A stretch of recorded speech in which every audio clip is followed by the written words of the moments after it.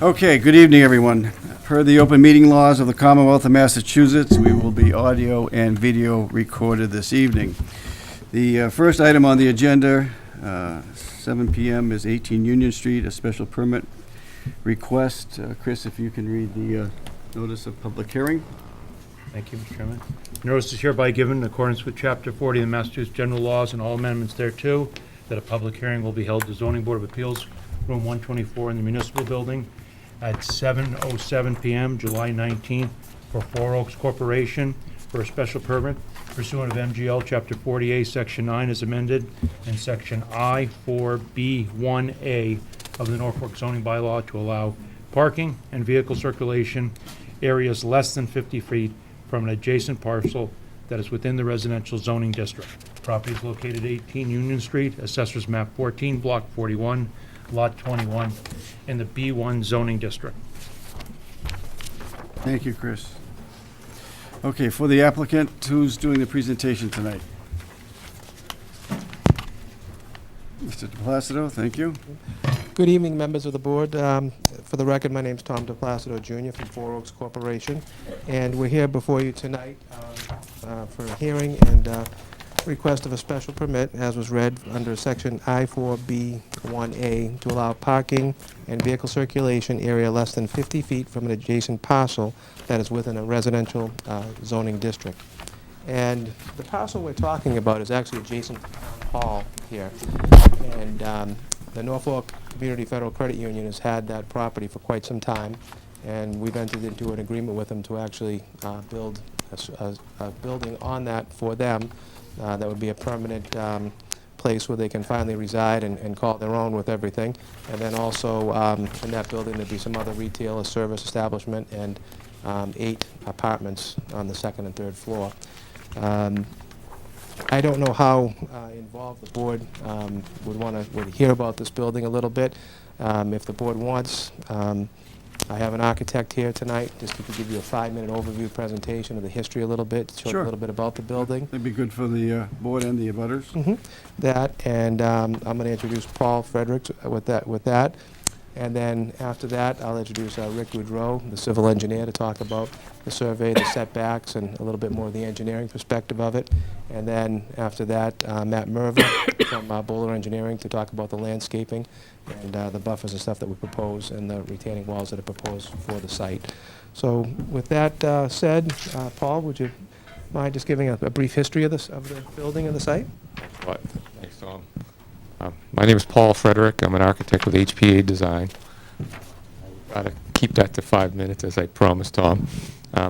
Essentially, the building evolved from the site and how was going to be the best way to fit this building on a site, and I can go into great detail offline later, but essentially, where was the building going to be placed, and its orientation, and then what was it going to look like. And essentially, where it was going to be placed was the first thing.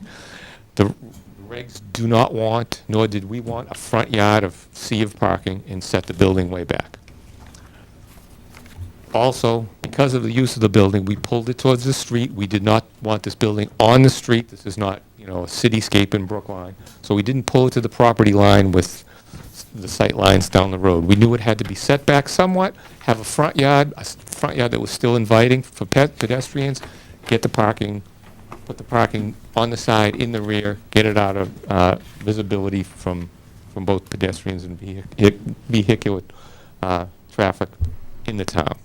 That's where the building ended up falling where it is. The front yard, they'll explain a little later how we brought the front yard to mimic what was across the street, to end that, to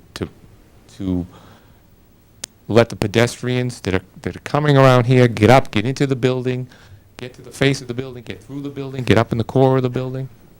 So this all evolved, and this spun around, twisted, turned, even the orientation of all, and the step backs from the gables as they go in the front, so that they're parallel. The step backs are parallel with the line of in front of the building, the street line, 90 degrees on the side yard.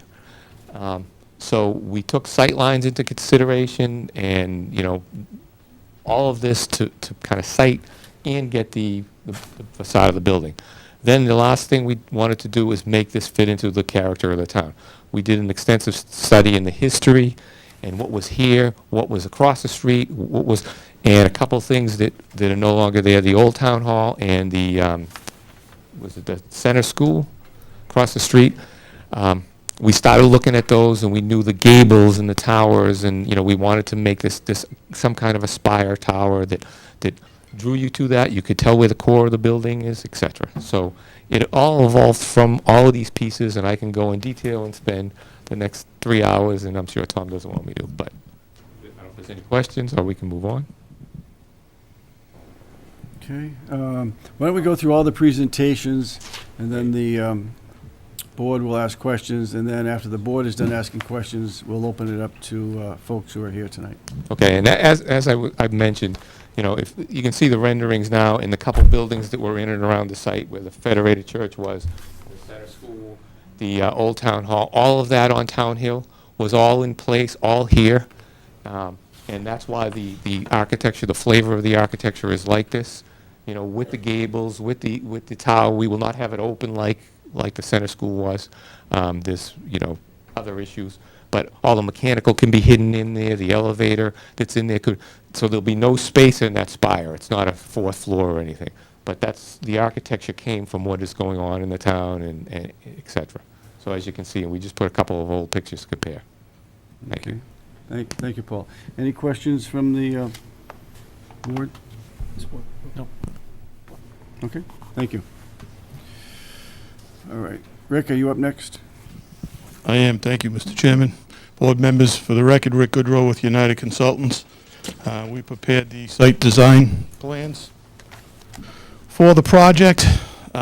Basically, we have the building shown here, parking lot, and travel way shown coming in from Liberty Lane, exiting out onto Union Street. My understanding on the other side, so that we can see it from this side as well. Sure. So that's fine.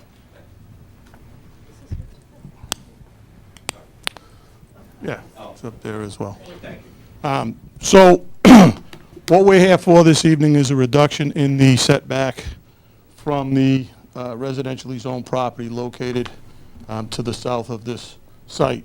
We're proposing to construct some of the parking area and travelway within that area. We have, as you can see on the site grading plan, the grading comes up from Union Street and climbs up approximately 40 feet. We're trying to take advantage of the topography by climbing up the site. Along with that, we are proposing for some retaining walls to be constructed to assist with the site grading and also to provide a buffer from the residentially zoned property. So the retaining walls begin here. There's a single retaining wall. It comes up to a point about 5 or 6 feet in height here, and then it splits. And these two walls in this corner at the highest points are about 9 to 10 feet each, and they're retaining the site. So the site is the press down from this property here. So that is the, excuse me? That is the purpose of the hearing this evening. Matt Merver from Bowler can go over the landscape architecture for that area for the board. I'd be happy to answer any questions you may have. Rick, I just have a quick question. So the retaining walls, who will see the retaining wall? I'm not quite sure. Does the neighbor see the retaining wall, or does the new building see the retaining wall? So if you were standing in our parking lot, you'd be looking at a 20-foot high retaining wall. Oh, okay. It's not the other Two-step. Okay. So we'd be looking at the walls, Got if you it. will. Hey, sir, hang on. The protocol is the board will ask all of its questions, and then we'll open it up to, I know you're here to ask questions, and you're going to have plenty of time to do that, but the protocol is we go through our routine, and then we open it up to you folks, just so that you know. No problem. Glad you're here. Go ahead. On the part right in front of Liberty Lane, right on the on the circle there. Yes. Okay. How high will right now? It's quite high. Correct. All right. Is that going to be lowered? Is that the? What we're proposing is a decorative wall here that'll be part of a stair rising system. So the stairs will rise up into the site with some landscaping proposed in that area, sidewalk extension. Basically, Matt can go over that, but they trying to mimic what's happening at this intersection corner here. Okay. Ours, Where the so that clock it would be is, in very effect. similar, correct. Where the clock is, so you're With gonna, the inlet, with the retaining wall, materials, everything, and Matt has done a very nice job with that, and can show you that with his drawings in more detail from what we have. Rick, I have a question. The retaining wall on the west side of the property, how do you plan to construct that? How do we plan to construct that? So it's in a 10-foot cut right there. How do you plan, I don't quite understand how the angle of repose will work when you're cutting down 10 feet. Can you have a vertical face that's 10 feet to put that retaining Oh, wall you in? mean the wall here, on the west side? Yep. Yeah, we've gonna talk with the town about a temporary grading easement Oh, to okay. construct that Okay. wall. There was one granted under a previous application for this site, and that would be our intent, is to obtain that. Because you're right, it is very close to the property line. We're also looking at... Sorry, can you hear me?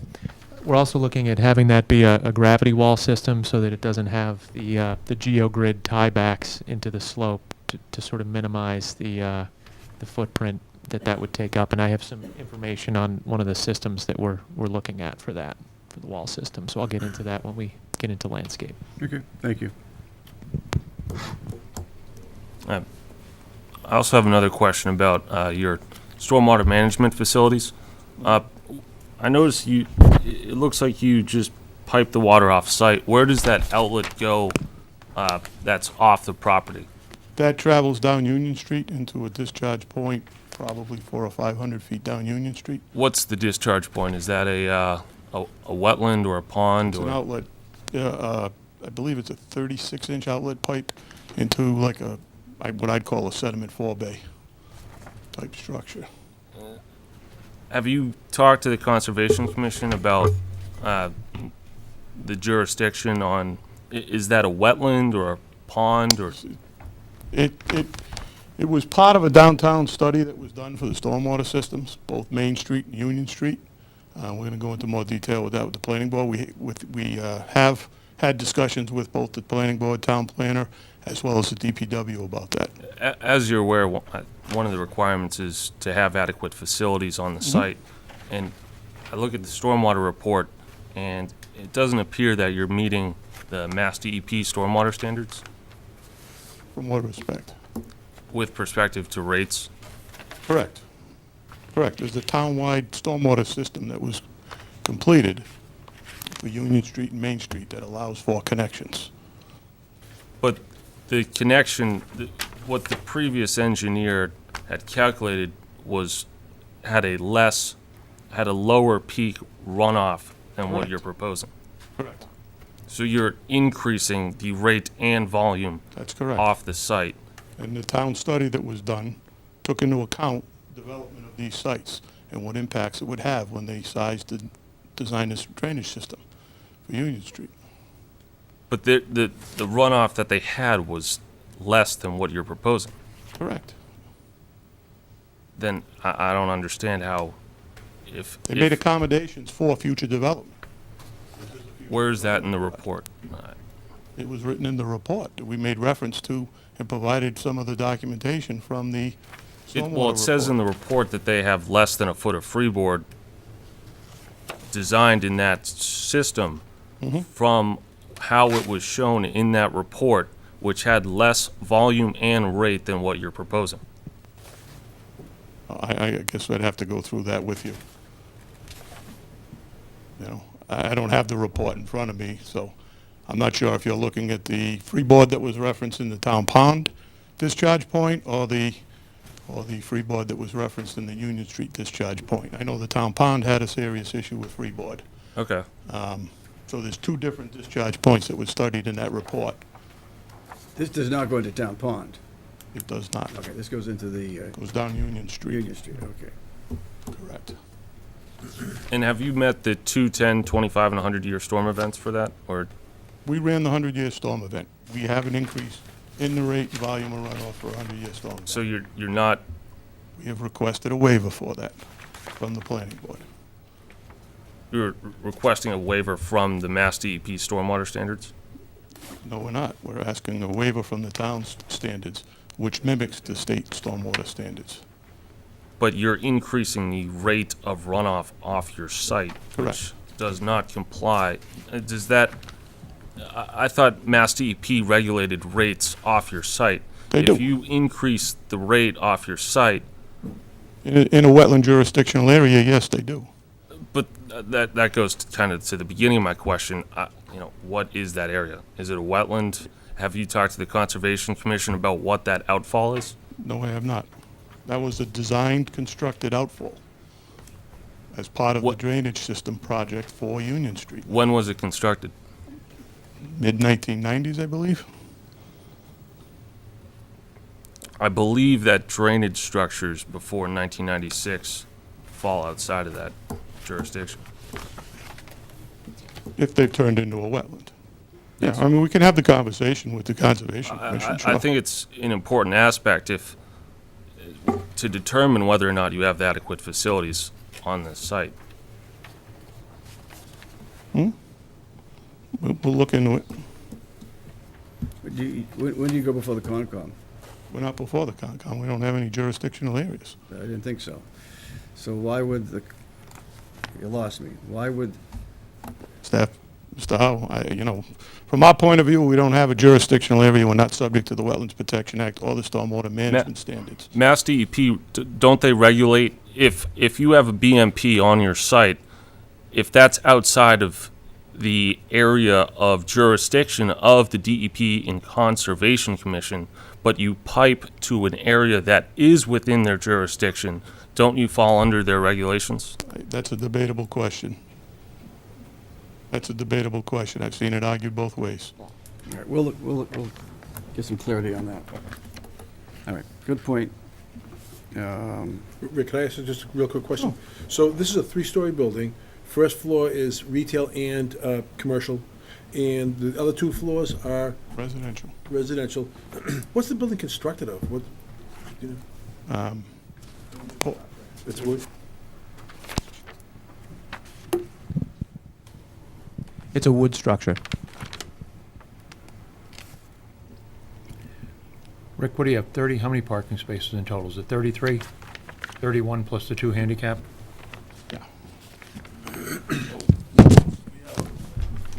Breakdown of the parking spaces on sheet 3. So we have 28 conventional parking spaces plus 2 handicap spaces for a total of 30. The Design Review Board has reviewed this project.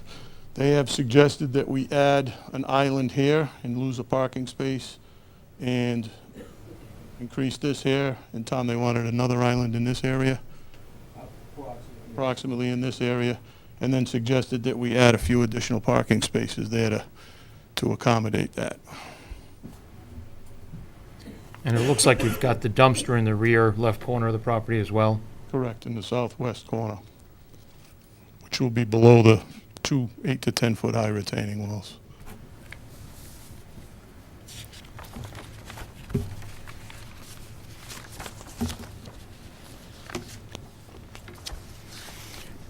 Other questions?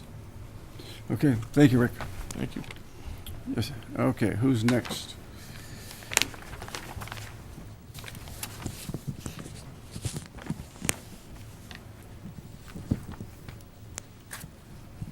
Matt Merva with Bowler Engineering, and just wanted to touch on a couple aspects of the landscape plan and the streetscape that I think are important in tying this project into the rest of the town center here. Paul already mentioned how this kind of fits out that corner, and we've tried to keep the building up close to the street to hide the parking in the rear. And along that front street edge, we're continuing the streetscape plan that's really been all throughout this town center. We've got street trees, calorie pears, decorative lighting.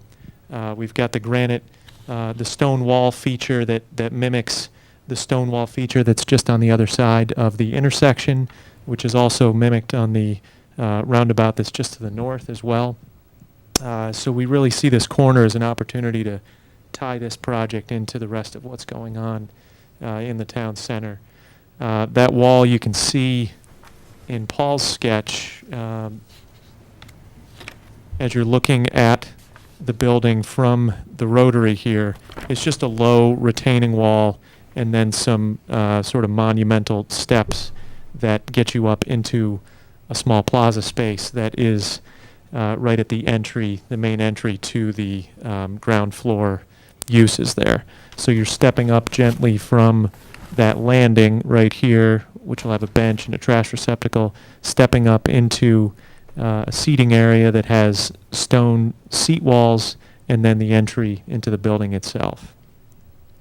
We've provided decorative landscape with a lot of seasonal interest and uplighting on that building to really showcase the architecture. We think it's going to be a really beautiful building in keeping with the character of the town, and we really want to highlight that from the street and make it a real feature. It's outside our purview. And by hiding the parking in the back, we're really able to do that effectively. As Rick mentioned, the retaining walls step up into the slope, and we've provided landscape at the lower level to screen some of that wall, and also at the mid-level between the two walls. And then beyond there, you'll see the existing vegetation that's on the hill would be the backdrop for all of that adjacent to Town Hall there. In terms of the retaining walls themselves, out front, that's more of a stone wall that's a natural stone. It would match the stone walls that are in the rest of the town center. Out back here, because of the engineered nature of those walls, we really can't do a tall wall with that same material, but we do want to try to keep that a sensitive material and have the look of stone. And we've been researching a product called Ready Rock, which is a gravity wall that has more of a landscape stone appearance to it. So we've got some images, and I'll pass them around as well, that show some applications of situations where those were used, and we think that would be a nice treatment for the walls in the back here. If you wouldn't mind. So at a high level, that's really the landscape concept. We've provided some seasonal interest in front of the sign walls at the entries and exits to the plan. We're providing shade trees within the parking areas, and as Rick mentioned, it looks like we'll probably be adding some additional islands within the parking area itself to provide even a little more shade and buffering within that area. Any questions right now, or I think that's it for us. What are you on the hill behind the retaining walls? What are you proposing for plantings? Obviously, because that's going to be the backside there is what the neighbor's going to see when they're looking out. So what do we have for trees on that backside? We're looking at parking. Right. So we want to know, is the parking going to be hidden from the neighbors, and is the building going to be hidden from the neighbors? Yep. With regard to the parking. So, if you go to the detailed landscape plan here, we are proposing some evergreen buffer planting up at the top of the main wall there. We've got white pine and spruce along this edge, and then you can see the limit of work line here. Everything beyond that limit of work would be the existing vegetation, that wooded area that's already up there right now. So we're augmenting that with that additional evergreen screening. The wall won't be visible from the uphill side. You'll be looking out over the top of that wall, and it steps down. Right, that's my concern. When you say that, is there any opportunity for more plantings? I would not do pines, but more plantings on that hill to protect the neighbors' In here? privacy? Yes. I know it looks like it's very limited. How many trees are we proposing to add there? Well, right now, we've got about 10 or 11 right in here. Okay. And this we were just leaving open again because it does get wooded right behind that area. I'm sure we could add a few more. I don't see an issue with doing that necessarily, other than this is going to be sloping. Well, it's sloping down. It's sloping down to the Right. top of that wall. One important part of this too is that The parking lot is quite a few feet below the adjacent property. So basically, from the adjacent property, you'd look clear across the top of, you wouldn't even see the cars, they'd be below your sight lines and things like that. Actually, Rick, or Matt, maybe can tell you the elevation of the parking lot, and then compared to the Yeah, the elevation. parking lot is at about 209, and then up at the property line here, it's 242. It's sloping down to 219. So here you're 10 feet above the parking. Here you're, 33 feet above the parking lot. I understand. Again, our job tonight is to look at the parking. The planning board gets to decide on the stone wall. They get to do that type of work. We have to look at the parking lot. Understood. So how do we look at the parking lot? We have to look at it from what it's going to look like from the different Union Street, what it's going to look like from the neighbor's property. We're probably less concerned what it's going to look like from Town Hall. So that's my concern, is there going to be enough buffer to hide that parking lot from the resident behind it?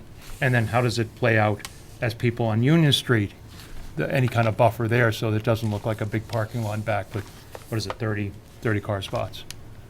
What do we have on Union Street as we come down the road? As you're coming down Union, yeah, right, you're down Union there, straight down. right here. Yep, So Union. So what we've got are street trees along the edge. So those are, 25-foot tall street trees that would be somewhat columnar. It's a calorie pair.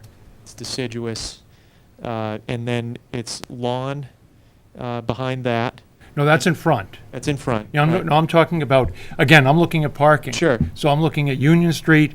So the people on North Street, I think there's 2 homes on North Street, they'll be looking, if they stand at their driveway, they're going to be looking into your parking lot. Right here. Well, up a little bit, right, where the red arrow, I guess there's a red thing, I can't see what, the entrance there, on Union Street, Yeah. right there. Okay, so you got people coming in there. Mhm. So you've got 2 houses on North Street, as well as I think it's the Federated Church's pastor's home can see through there, and then you obviously have the resident behind it. So that's what are we going to buffer those with enough tree so they're not looking at a parking lot?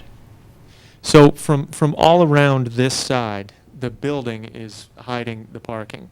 Other than at these windows in right there, you're not going to see the parking.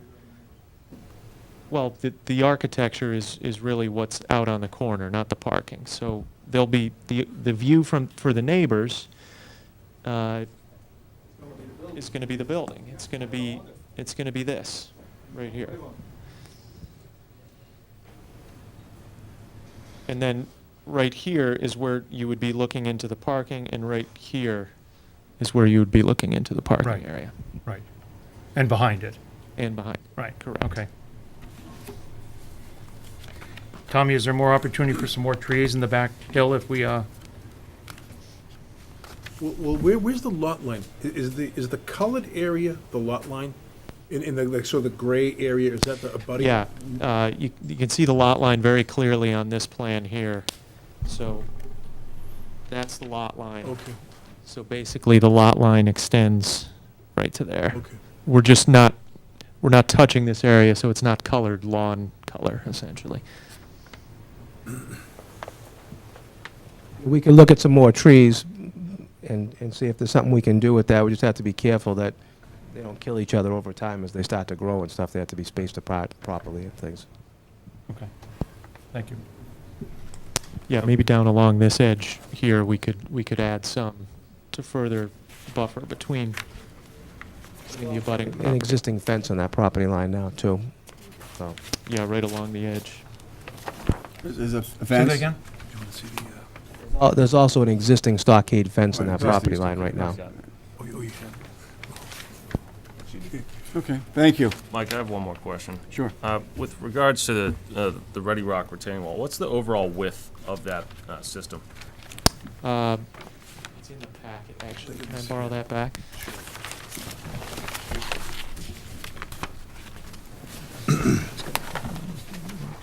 Yeah, this- I can get you more information on that. We're just kind of getting into trying to size that, but I think the lowest stone might be 4 feet Yeah. deep from front to back. But then they're not as not as deep as you go up from there. We can get you a cross-section Okay. detail of that. Just my concern is, the retaining wall, it appears if it's almost a foot off that property line. I think that black line right here is the property line. Mm-hmm. And if that block's 4 feet wide and it's 1 foot from the front of that curb to the property line, I don't know how that fits. and That's how that actually would- an That's issue. to the The back. planning board, we're going to move on from that. The planning board will dive into that. That's not the purview of our board. We're just dealing with parking, and so But that, I was just wondering how that will affect the parking. how it will affect the parking. I don't think it will affect the parking. How will it affect the parking? Because if their wall is right on that, so it appears from the plan that your wall is a foot from that property line. So the stone I'm talking about that's 4 feet deep is at the base level. That doesn't come all the way up to finished grade. So that's part of the grading easement we'll be asking for, so that we can tie back further into the Okay. slope from the property line, but the face of the wall would be within our property. Am I That's- answering your that- question? Yeah, right. The planning board will dive into that deeper than, I just want to make sure I understood yeah. what was being proposed. that gets a little off of what our jurisdiction is as it pertains to this special permit, but good question. Okay, any other questions from the board? For Matt? Nope. All right, seeing none, I will, Mr. Simpson? Thank you. Just a clarification on the drainage issue.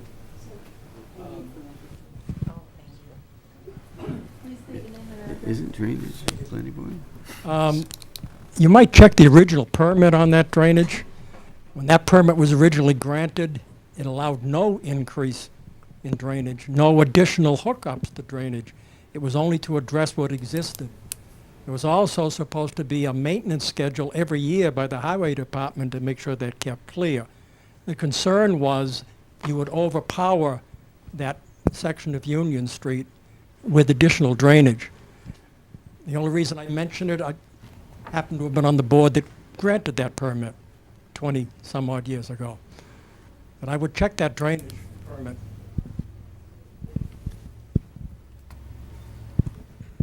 Thank you. My name is Mark McGuckian.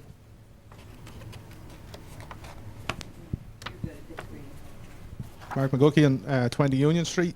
I have a lot of questions for you. So, this corner is an absolute nightmare. I've been living on this street for 10 years, and there has been so many near accidents that for you to add additional traffic coming onto that blind driveway and be right beside my property right here, I can't even get out. This is crazy. For what you're saying to bring the look of the town back together, the first thing you don't want to see is a row of apartment blocks when you come into town. I'm sorry, this does not happen. You're asking about a 5-foot reduction on where you want to put the parking, is it? I'm a small carpenter in town, and when I have to pull permits, I have to obey by the permit laws. So I think these guys need to do the same thing. I spoke with Tom yesterday, and honestly, I can't see this happening. This should not happen. It really shouldn't. I do not want to see the building. I don't care, like, if I see so many cars, I don't want to see the building, okay? I have privacy now, and for apartment blocks to overlook on my property, it's not going to happen, okay? Will you speak? Oh, sidewalks. Well, that's about the speeding cars. I've had so many complaints go into the police station with the way people drive, and I don't know whether anything has been documented or not, but it's infuriating that I have to stand there with my children waiting on the school bus and cars are coming around the corner at 60 miles an hour. I've asked the police to park in my lot and they catch anybody, and nothing has been done. So to add that onto another blind driveway, you've got 30 cars exiting. It's ridiculous. It really is. So sidewalks. Where's your plan to put sidewalks? There's been so many footpaths put around town that this is the only street, Union Street is the only street that doesn't have a walkway into the town. There's a preschool 2 houses down. It would give the teachers a walkway to get to the common to bring the kids up. But they can't, because there's nothing there. And the way people drive in the streets, it's crazy. So I think this is a no-go, to be honest with you. When, Tom, when do you go before the planning board? All right. You, sir, you should probably attend the planning board. Yes, because some of your questions are good questions, but they're not the purview of the board, like the sidewalks. We have nothing to do with the sidewalks. So that would be, to address your concerns would be at the planning board. Well, I don't know whether you've checked into it or not, but there's a well right along the side of my property. So I don't know whether he's investigating, or I don't know whether he's investigating into that or not, but there's a well about 10 feet away from my fence. Yeah. Again, that's a topic for the planning board. Okay. That's another one. Again, we're not trying to blow you off or anything, but there's only certain things that we are dealing with tonight, and it's Well, parking. So that's all I have to those say are for now. issues that the planning board you can raise with them.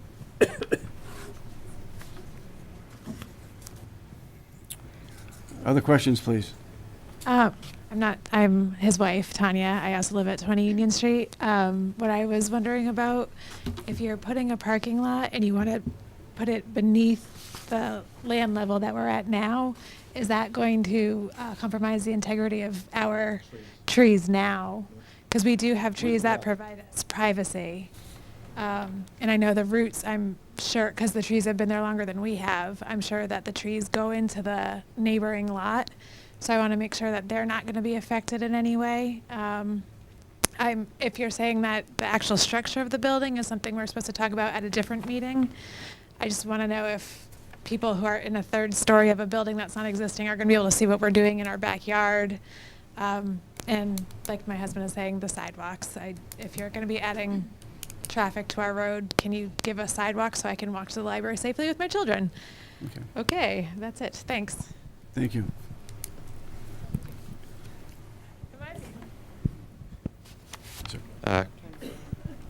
Chris Henry, 30 Boardman Street. I had a question about the retaining wall that abuts the residential property. Did they say that was a 20-foot high retaining wall? Is that what that was? The height? 20 feet high? Is there any kind of fencing or anything that's going to be there to protect neighbors' children, that sort of thing, from a 20-foot fall? Yes, there's actually basically about 2 8 to 10 foot high retaining walls that are stepped back, and yes, there is fencing there now. And then there's fencing on Yes. on top of that? As soon as you Okay. floor that fence is going to go. You level that ground, that fence is going to go. So take that into consideration as well. Okay. No, we'll certainly have to have a fence there, And yes. look for that well too, because it's right beside the line. Mhm. I'm not trying to be a jerk. We Yeah, just feel like we're just- not taken into consideration Yeah. with the building of this giant structure. We haven't been here for long, but we do love our house. We love where we live. And we just want to know that we're being thought of when you're building this massive building right next door to us. This is the first that we've heard about this. I've heard about it through the grapevine over the last year and a half. I've come to the town hall and I've investigated what was coming in. They said they'd get back to me. I've never heard anything. I went to the credit union because they owned the lot, and same thing. They've never got back to me. There was a surveyor on my property I think it was around the winter time before they done the dig.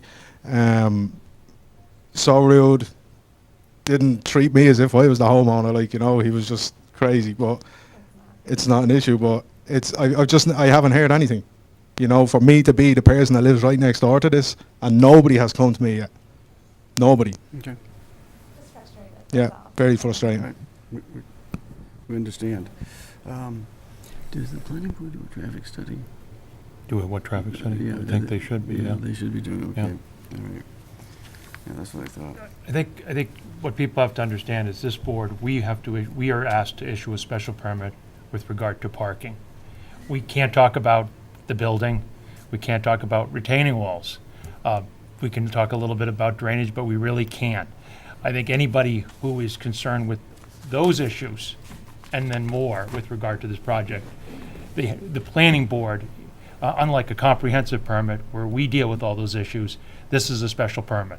So anybody who has those issues, certainly, especially you, sir, and your wife, should attend the planning board meeting tonight and air those issues, because they are obviously part of the project overall view. And it's important, and you should be heard. And we wish we sympathize with you, but we have one specific special variance we'll be dealing with here. Well, And then that's why all we that I can't ask address some of is- those others. All that I ask is, it's in the boundaries of the proper code. No, I'm not giving that extra 5 feet. Right. Especially because I have a well, so you gotta take it all into consideration. Okay. All right. Yes. Martha Henry, 30 Boardman Street. At the beginning of the presentation, they talked about the importance of the parking being up against the residential area. Was that a decision made by the town? Was that suggested to you by somebody that you proposed this project to? It just seems that the residents should be, the taxpayers of the town should be able to have some buffer versus a parking lot with 30 cars right up against their residential property. Why wouldn't we want that facing the street? I'm just confused. I mean, the library, the parking is facing the street. Walgreens, the parking is on the street. So I'm just confused how that process works. Who gave that recommendation that the parking should be up against the property taxpayers of the town? Rick, you want to try to address that issue? Sure. The zoning district where this property is located does not allow front yard parking in front of the structure without a special permit, again, from this board. So it is a possibility to do that, but it's suggested that, the building be oriented and positioned close to the street. There are actually some provisions in the zoning bylaw with respect to the distance of the building to the street, referred to as a build-to line. We're certainly going to get into some detail on that. We have a special permit request for that with the planning board. But there are other provisions in the bylaw that, suggest that this is the best way to develop this property and comply with the bylaws. Okay. Did that answer your question? No, I didn't understand who gave you that recommendation. That was my question. Outside of a public hearing, was that given? Those are the town regulations in their zoning bylaw. That they don't want the parking lot on the street? Correct. It's a special permit request of this board if we want to have a parking space located between the building and the street. So your special request for parking from this board is what? Is to allow for a reduction in the landscape buffer to the rear of the property. Where the residents are up against? Correct. Okay. There are also provisions with where the position of the building has to be, referred to as a build-to line. Has to be. But you're going to request special permits for that. So you could come to, before this board and request the parking be at the front of the building, Yes. correct? Okay. Yep. If the board agrees to grant this 5 feet extension, is there any way I can fight it? Oh, sure. Because I really don't want it to Any happen. decision that we render can be appealed. And would that be just through this board, or would that be a high court, or? No, once the town clerk stamps the decision, then you can appeal it to the state. Okay. Okay.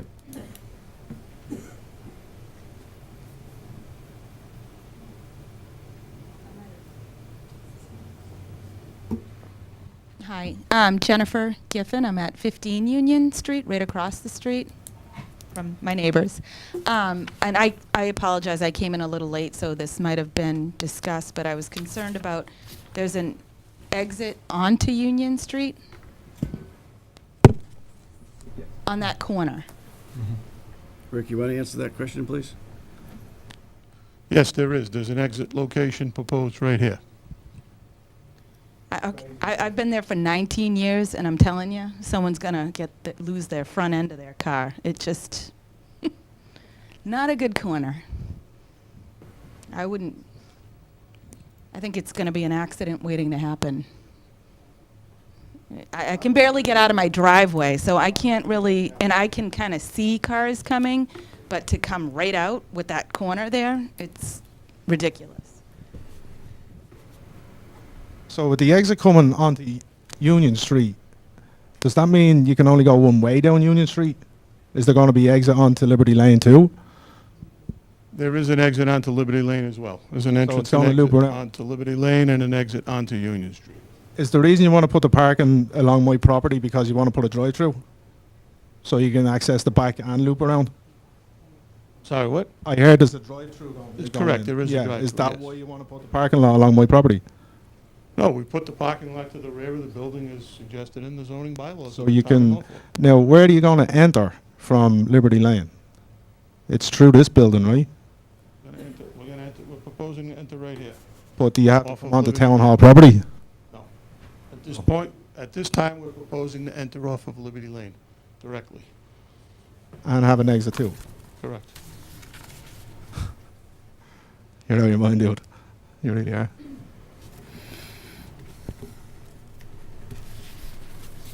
Excuse me, just to clarify, as far as the Union Street access is concerned, is that just an exit, or is that also an entrance and an exit? We can leave it open.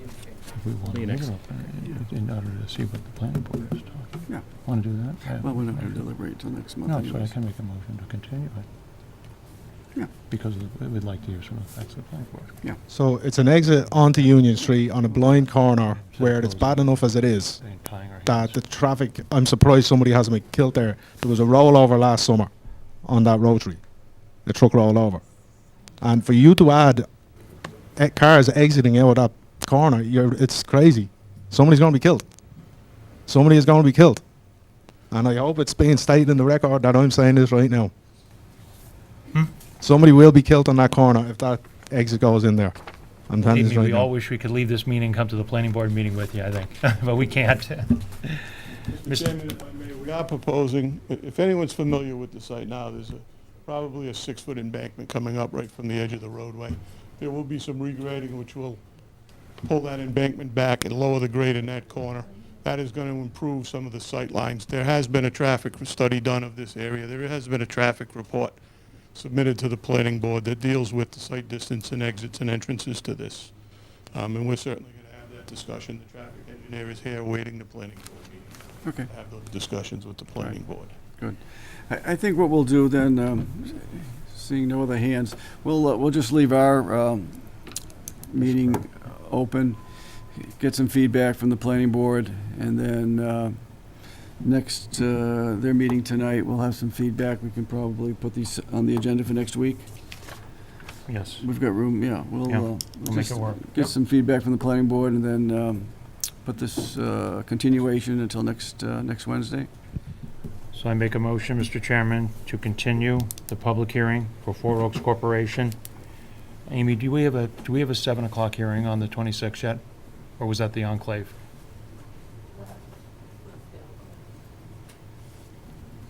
That was the enclave? No, enclave would have been 7:15. So, okay. Yes, Do we have anything at 7? No.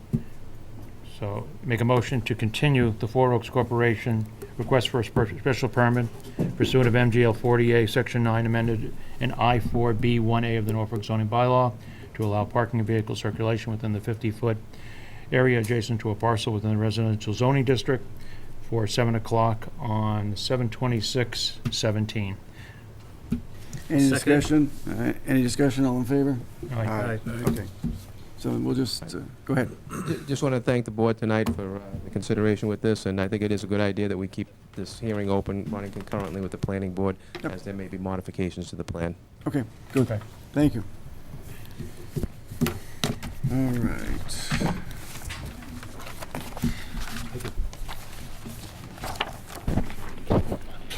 Yeah, Jesus. There isn't enough. Man, There I isn't tell enough. ya. There isn't enough. I think we should just schedule a meeting once every Every week? Wednesday.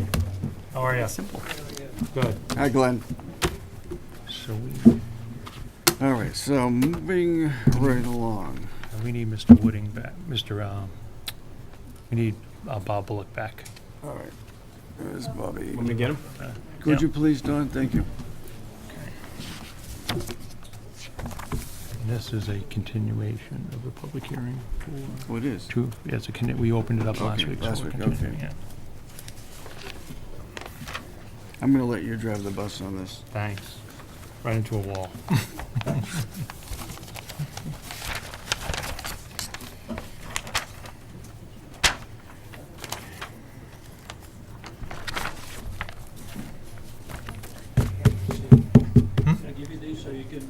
Oh, wait till we, in a minute, yeah. Good night. We're just waiting for Bob Bullock to come back in.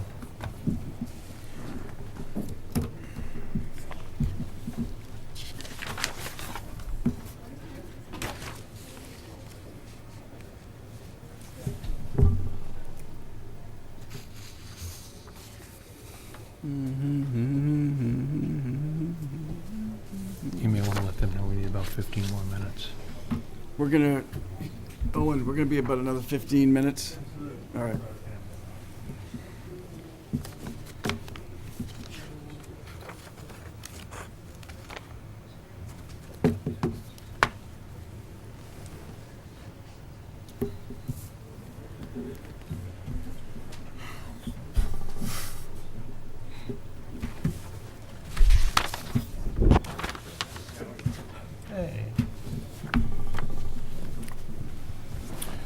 Okay, our next agenda item is 2 Needham Street.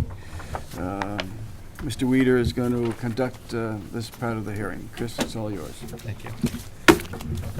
At the last public hearing, when Mr. Wooding was in on July 5th, we had some confusion with regard to variances and special permits. We had issued a special permit last year for this property for the non-compliance of the front. Since then, a porch was added to the property, and there was some concern whether or not the porch was more non-conforming or less non-conforming. Mr. Wooding has provided us with a drawing and a stamp drawing showing us that the new front porch is less non-conforming than what the original house on the structure was. So, speaking with legal counsel, what they suggested we do is have a public hearing with regard to that front porch, just to clarify that, again, it is less non-conforming, and therefore, we can approve it without having to go through the whole public hearing process beyond this hearing, since we're going to deal with a variance analysis, a variance at the rear of the property. So what we'll be doing is writing an amendment to the special permit, because again, legal counsel suggested that the footprint that you originally received a special permit for is the gospel. It is what is in the record with the town, is in the record with the registry of deeds. When you change that, the zoning board should approve that. So you probably should have come to the zoning board, or you should have come to the zoning board prior to adding the front porch. Even though it was on your building permit, it was not on the plan approved by the zoning board of appeals. It should have been reviewed prior, and another special permit should have been issued. We'll amend the special permit that's out there for the front porch, since again, it is no more non-conforming than what the original house was. Now you also are here for a variance analysis, I keep calling it a variance analysis, finance. A variance for the rear of the property where I guess you have a deck. So we'll let you speak, and then Mr. Bullock is going to speak to a little bit to help us through this, through some of the building code requirements.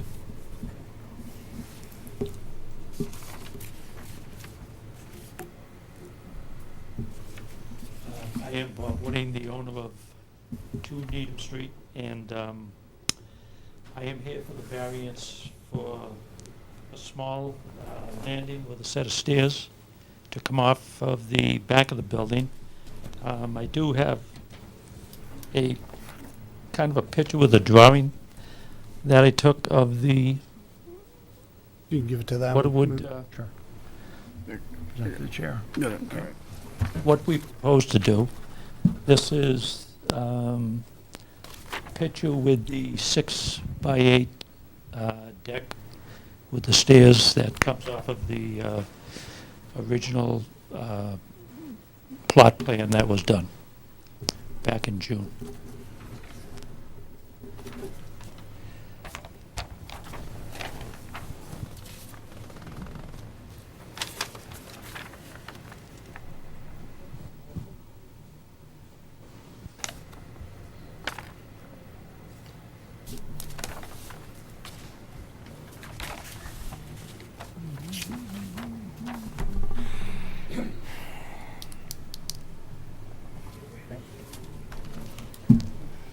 I believe with the proposed deck that I have, that leaves me 21 feet to the property line from the furthest edge of the deck. So you're really looking for relief of almost 4 feet, right, in the rear? Um, Because you're 21 Yes, feet? 25-foot setback on the rear. Yeah. Right, okay. Has this been built? Have you built the porch yet? No, the porch hasn't been built. My excavation contractor had put 2 footings in for the proposed 6-by-8 deck, though.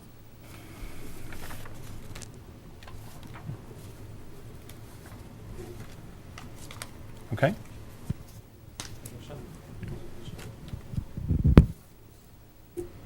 Mr. Bullock? Well, you kind of answered the question right off the bat as far as, the board making a decision, and once you make that decision that for where that house is going to be situated, it has to go in that position. And when we're looking for our setbacks, we're looking to go back to the plan that you approved and say, this is where that house should be sitting. And when it's not sitting there, then we're sending them back to you to make that correction, whether it's a variance or an amendment to the special permit.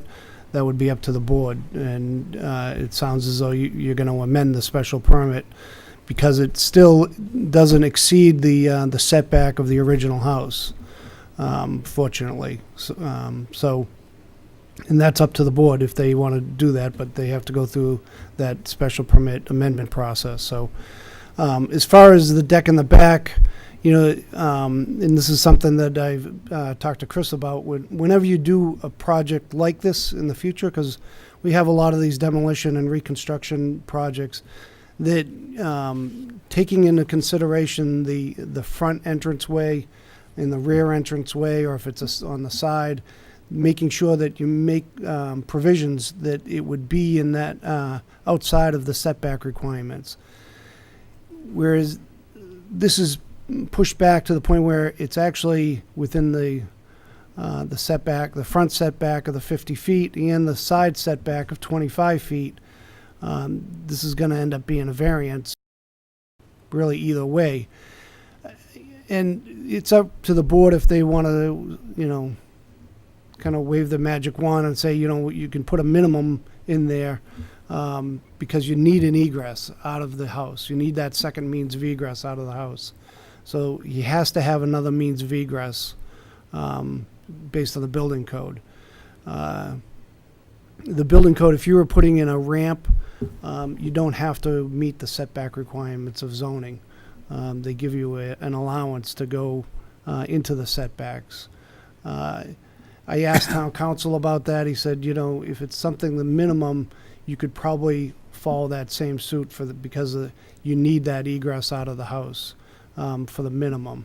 If he wants to go beyond that, then that would be up to the board what they want to do. If it's a variance, to go to a variance. So, after discussing it with Chris, where I felt the law stood, I did call town council, and I actually had a meeting with another member of town council, and they both said the same thing to me, which is what I just reiterated to you. So, excuse me, Bob, from a building code perspective, what is the minimum egress size? Well, you need a landing, the width of the door, and it needs to come out 3 feet away from the building. So if the door is, let's just say it's a 6-foot slider, Mm-hmm. so the minimum building code would be in 3x6? You could do the 3x6, or you could do it just where the door opening is too, and then the stairs going down. It's really up to you guys. I don't have a problem with it going 3x6 and a set of stairs going, hugging that same line along the house. I think it's when you start going further out and making it more of a patio that you're a deck that you need to look at a variance. So even 3x6, well, no, 3 by 6 would then bring it to 24 feet, Right. and 25 feet is a setback minimum. So in effect, 4 by 6 would meet a building code, correct? And not infringe on the setback requirement. Am I correct? No, I think either way, they're into the Fringe. side setback, so, I'm just saying that if you just build the minimum size, even if it was 4 by 6, you're not really, that's kind of holding within that, what would be allowed based on the building code and the, based on the attorneys. When you start going bigger than that, you're really getting into more of a deck and, Right, but what I'm saying is variance. 4 by 6 would meet both the setback requirement from the side and the back of 25 feet, as well as I the believe, building code requirement of an egress of a minimum of 3 feet. I believe their setback right now is 26 feet, isn't it? From 27. the as-built plan? There's, from the house or the deck? The side lot line to the house. It's 25-1. 25, yeah, 25.1. Yeah. Can I see the as-built? This is the, No, you have 27.3. right. Oh, you're saying, well, that's, To the back, or, I thought you said To the the back of side, the to the house. back. Okay, that's 27.3, correct. right. Right. So now if you go 4 feet, you're still 2 feet over that I got you. setback. Okay, I but- see. Now I got it. Right. Whereas the other corner of the deck, because of the position of the house, is 21 feet as proposed with this. Yeah, and he's taking the measurement off the deck, yeah, that he's drawn. Because the building code says they're allowed, they have to have a landing, should we be, when people are coming to us, should we be pushing the houses forward in order that they meet the setback unless they're gonna go for a variance? In other words, we can't just say, oh, okay, well, we throw zoning out the window because of this, we just let him have his landing. So we should be actually actively looking at pushing these houses further away in lieu of the fact, or to identify the people, they have to do a landing still, and they better take that into consideration when they're putting something forward. Right, Okay. yeah.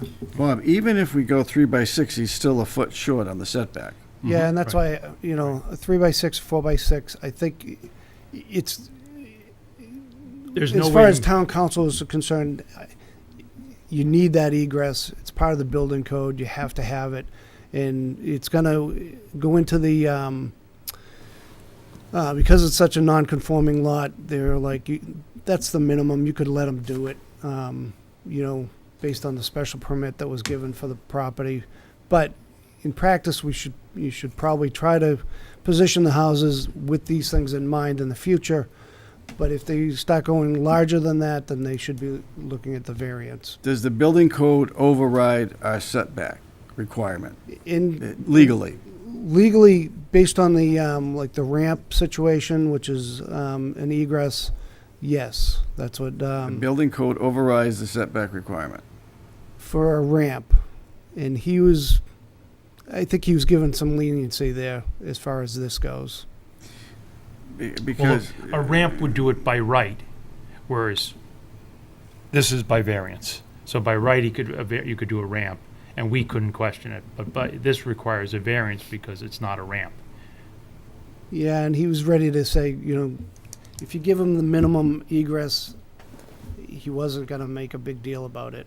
But the minimum egress is 3 by 6 in this case, That would be the Minimum. ultimate That- minimum. that's- from a building code standpoint. Yep. right. Does it matter at all where the footings are placed? Does it matter if they're 3 feet from the foundation or if they're 4 feet from the foundation? Does that make a difference? Well, that would be part of the as-built. When the final as-bilt's done, it should be, it should be right where the deck is. You don't want to go extend it beyond that. 'cause- No, not beyond it, but I was thinking about whether or not, if this was semi-cantilevered or something like that, would that somehow get around a setback issue, or no? It's just, no, okay. Bob, there's a standard in the world of zoning called de minimis encroachment. And if we were going into the setback an inch or 2 or 3 or 5 inches, that's considered de minimis, and we could overlook it. We're a foot over, we're a foot greater than that de minimis. We're going to have to decide whether we want to what standard do we want to set for the town? Because whatever we do here is going to have to apply to the rest of the town. Is a foot considered de minimis, or is it 6 inches, or, so I don't have the answer right now. We're going to have to talk about this. But that de minimis encroachment standard that ZBAs across the Commonwealth use is something that we have to consider and look at. Because once we set that standard for the town, that's going to be it for any other, projects like this that come before us. Sure. So that's the overriding issue for me is that standard that we're going to set. But having said that, your town council advised you that the building code does override the setback requirement. Only on a ramp. Only on a ramp. Yeah. Okay. Where Only does on a ramp. where All right. does E2D come into this? Does E2D override our zoning? You're talking about all the, Yeah, you know which one, the projection one, yeah. Does that override our zoning? We talked about E2D is the one that says, nothing herein shall prevent the projection of steps, porches, not exceeding 30 square feet in area, eaves, cornices, windowsills, or bell courses into a required yard. And that's part of our zoning. Does that override zoning, or? that's probably a good question I should have asked town council, but generally, in practice, over the past 16 years, I've always looked at that when you have a non-conforming lot, that you've already exceeded that in the non-conformity of the lot with the house. But, I mean, that may be an avenue that, legally you could actually take. I'd have to ask town council that question. Because as you know, granting variances is difficult, and there are, in one of the criteria, there are three areas that we have to look at: the topography, the shape of the lot, and the soil conditions. There are no extenuating soil conditions. The topography is okay. Maybe the shape of the lot might come into the picture a little bit. I don't know. I think we got to make sure that we're clear on who's the upper hand here, the building department or the setbacks. I think we'll do a little more digging with town council. Sure. Yeah. Just to get, because, again, once we make a decision on what our de minimis encroachment level is going to be, that's it. And we can't have a double standard for anybody else, so, all right. Yeah. If we hold that off, will we make a decision on the amending the special permit for the deck? For the porch, excuse me. Because do we not have to amend the special permit for the porch? We will amend the special permit. We'll do similar to what we did. In the future, we'll probably do it slightly different, but we will do similar to what we did at 14 Mirror Lake at the last meeting. So we'll do that write an now. amendment, the board will sign it, and that will allow for the front porch as it's been built. It looks like we're going to be doing a motion to extend the public hearing for the rear deck, which I don't think will affect you at this time. Is that correct? At this moment? No, that's not a problem right now. And then we can dig in with town council and get a little more information. Good. Okay. So, Okay. Bruce, I'm going to put you on the spot here, and all your years of experience, is there anything we're missing? Can you see anything here? we're missing Bruce. That's what we're missing, right? There's a chair up here. I think we all have sympathy for the situation, but Bob knows as well as I do, the rule is the rule. You can't give a variance to extend a step. He can go with what is allowed and make it work, but you can't give him a variance to give him another foot or two. I don't know what grounds you would use to grant that. Yeah. Yeah, it was an inch or two, that's, Well, an inch or two, you're making the next one not have to comply at all. They only have to comply within an inch or two. That would be the new standard. And then the one after that wants another inch or two. Variance isn't granted for that purpose. yeah.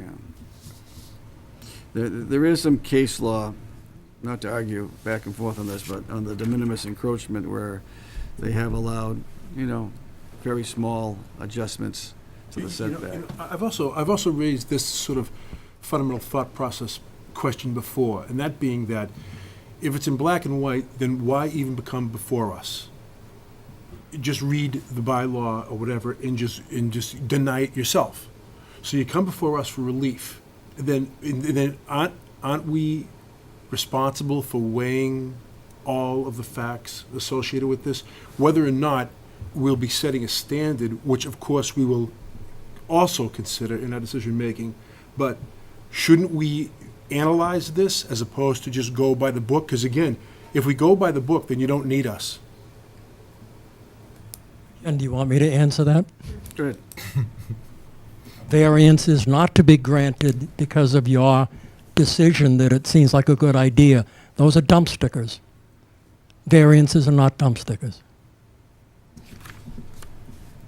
It's a criteria. If you meet it, you can grant a variance. Then why come before us? Special permits, and there are things that you can grant a variance for. But they can't be because you think it wouldn't be too de minimis or whatever. You have to have the legal standing to be able to make that. You're not just ruling for the town of Norfolk. The whole state has the same bylaw. Or you start changing yours, what do you do about Sherburne wants to do it or somebody else wants to do it? There's bylaws that we're supposed to apply and supposed to adhere to. So, with Bruce's interpretation, I think you should go back to town council and say, here's where we're at. Granting a variance is not an option. What's the solution? I'd like to hear what his solution is. I'd like to hear the town council's response to E2D, now that I'm looking at it, Chris, that you pointed out, right in our bylaws. We just gave you some more work. So, Okay. I'll call him tomorrow. Sure, go right ahead. If I do a 3-foot out from the house, if that's what I'm allowed, I'm assuming the steps would have to come off of either one side or the other side? You're probably going towards the center of the lot. I've got to make some adjustments because I've got the HVAC people have already put condensers in that area where the bulkhead is, just alongside of it. They've already made all their holes through the building and run their lines and done all that. So would I be able to put the stairs on the opposite side going away from the house? I think you'd have to talk to, I think we'd have to ask town council that question, but again, you're, try to minimize the impact, and bringing that out towards the street is, I don't think is minimizing it. But I mean, even the 3-foot, Bob, is still a foot short. I know. doesn't work. Doesn't work. So we get your building code telling you 3 feet, unless it's a ramp, right?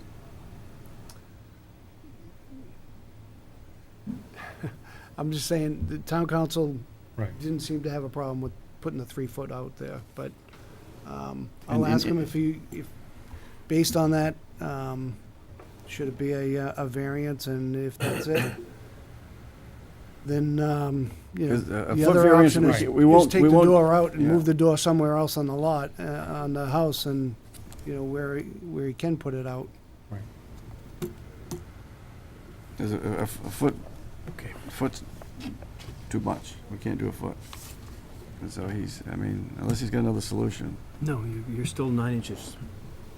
For 3 feet, you're 9 inches over. Can't do it. All right, so you're going to talk to town council? All right. I make a motion to continue the public hearing for Robert Wooding for a variance pursuant of MGL Chapter 40, Section 10, and F4A of the Norfolk zoning bylaw to allow alteration or enlargement of non-conforming structure, which does violate the setback coverage or height requirements of E1B to a greater extent than the original structure. I'd like to continue this public hearing till next Wednesday, the 26th, at 7, we have one at 7, so 7:15 PM. Okay? Don't we currently have one scheduled at 7:15? Yeah, we're gonna move, we'll probably move that down. So we need that's a motion? We have a second? I have a second. Any discussion? All in favor? Aye. All right. Thank you.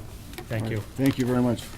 So We'll do the special deliberate- permit letter, we'll get to Amy tomorrow. I think, what's tomorrow, Thursday? So we have to deliberate the amendment to the special Okay. permit? No? That's all. Just gonna do an amendment, yeah. You sign it. Yeah. Just sign it. All done We don't have to administratively. deliberate it or anything. No.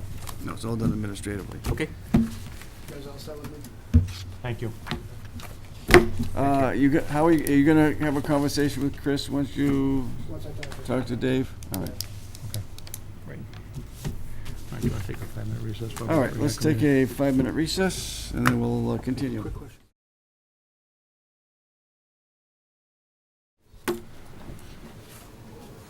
Okay, thank you. We're back from our extended recess. Tonight we are dealing with the comprehensive permit for 25 Rockwood Road. It is a continuation of the public hearing.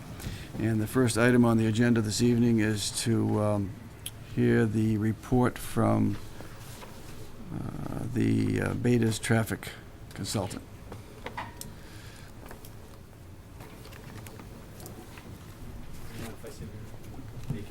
That's fine. Thank you. Good evening, Jason Plord with Beta Group. Been here a few times already discussing traffic. A lot of the issues have been addressed. I can be upfront with that. One of the issues was with respect to the imbalance of traffic volumes between their site driveway and the roundabout. They did provide the justification for the imbalance of the traffic volumes. As you may remember, the question was, are the 2014 traffic counts that they used for the roundabout, are they valid? And there was a pretty high imbalance of traffic volumes going south from the site driveway towards the roundabout, and they were able to justify that imbalance with the T-station, the parking lots, and the different businesses in between. The next issue is with respect to the Saturday time period. They conducted traffic counts during a weekday morning and a weekday afternoon, so that's between 7 and 9, the weekday commuting time period, 4 to 6 in the afternoon. Again, the weekday coming home commuting period. This item has been kind of bouncing around since the beginning. Based on the Institute of Transportation Engineers methodology, I'm going to read you something just so that you can understand that it's not just me making this stuff up.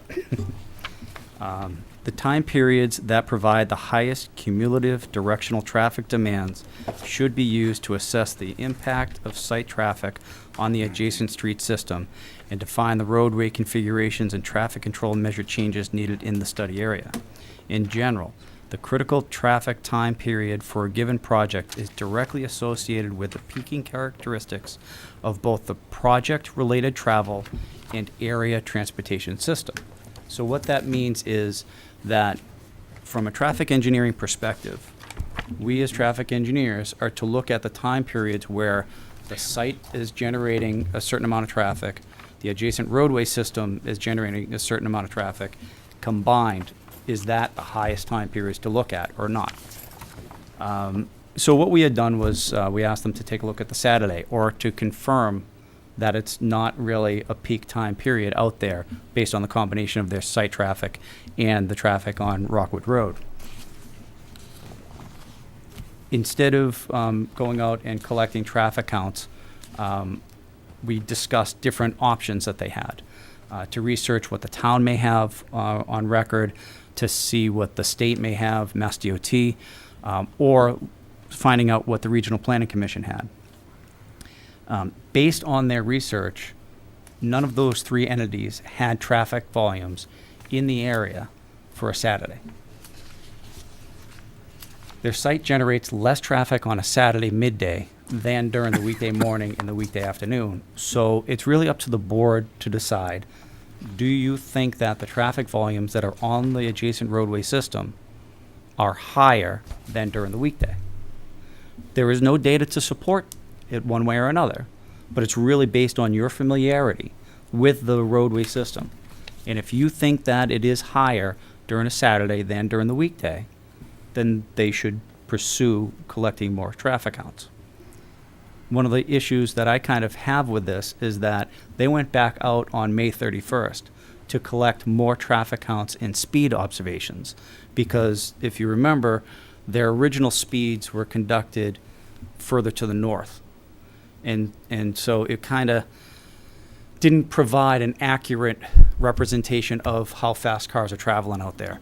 That's important because speed is directly related to sight distance at a driveway. So when they went back out there on May 31st, on a Wednesday, to collect traffic counts, they didn't extend that to the Saturday. Why did they avoid doing that? I don't know. Their traffic engineer is not here to be able to answer that. So I'm relying on you as a board to say, one way or another, should they count the Saturday or not? And it's really all about, do you think that the Saturday generates more traffic than during the weekday? So I'm going to leave it at that.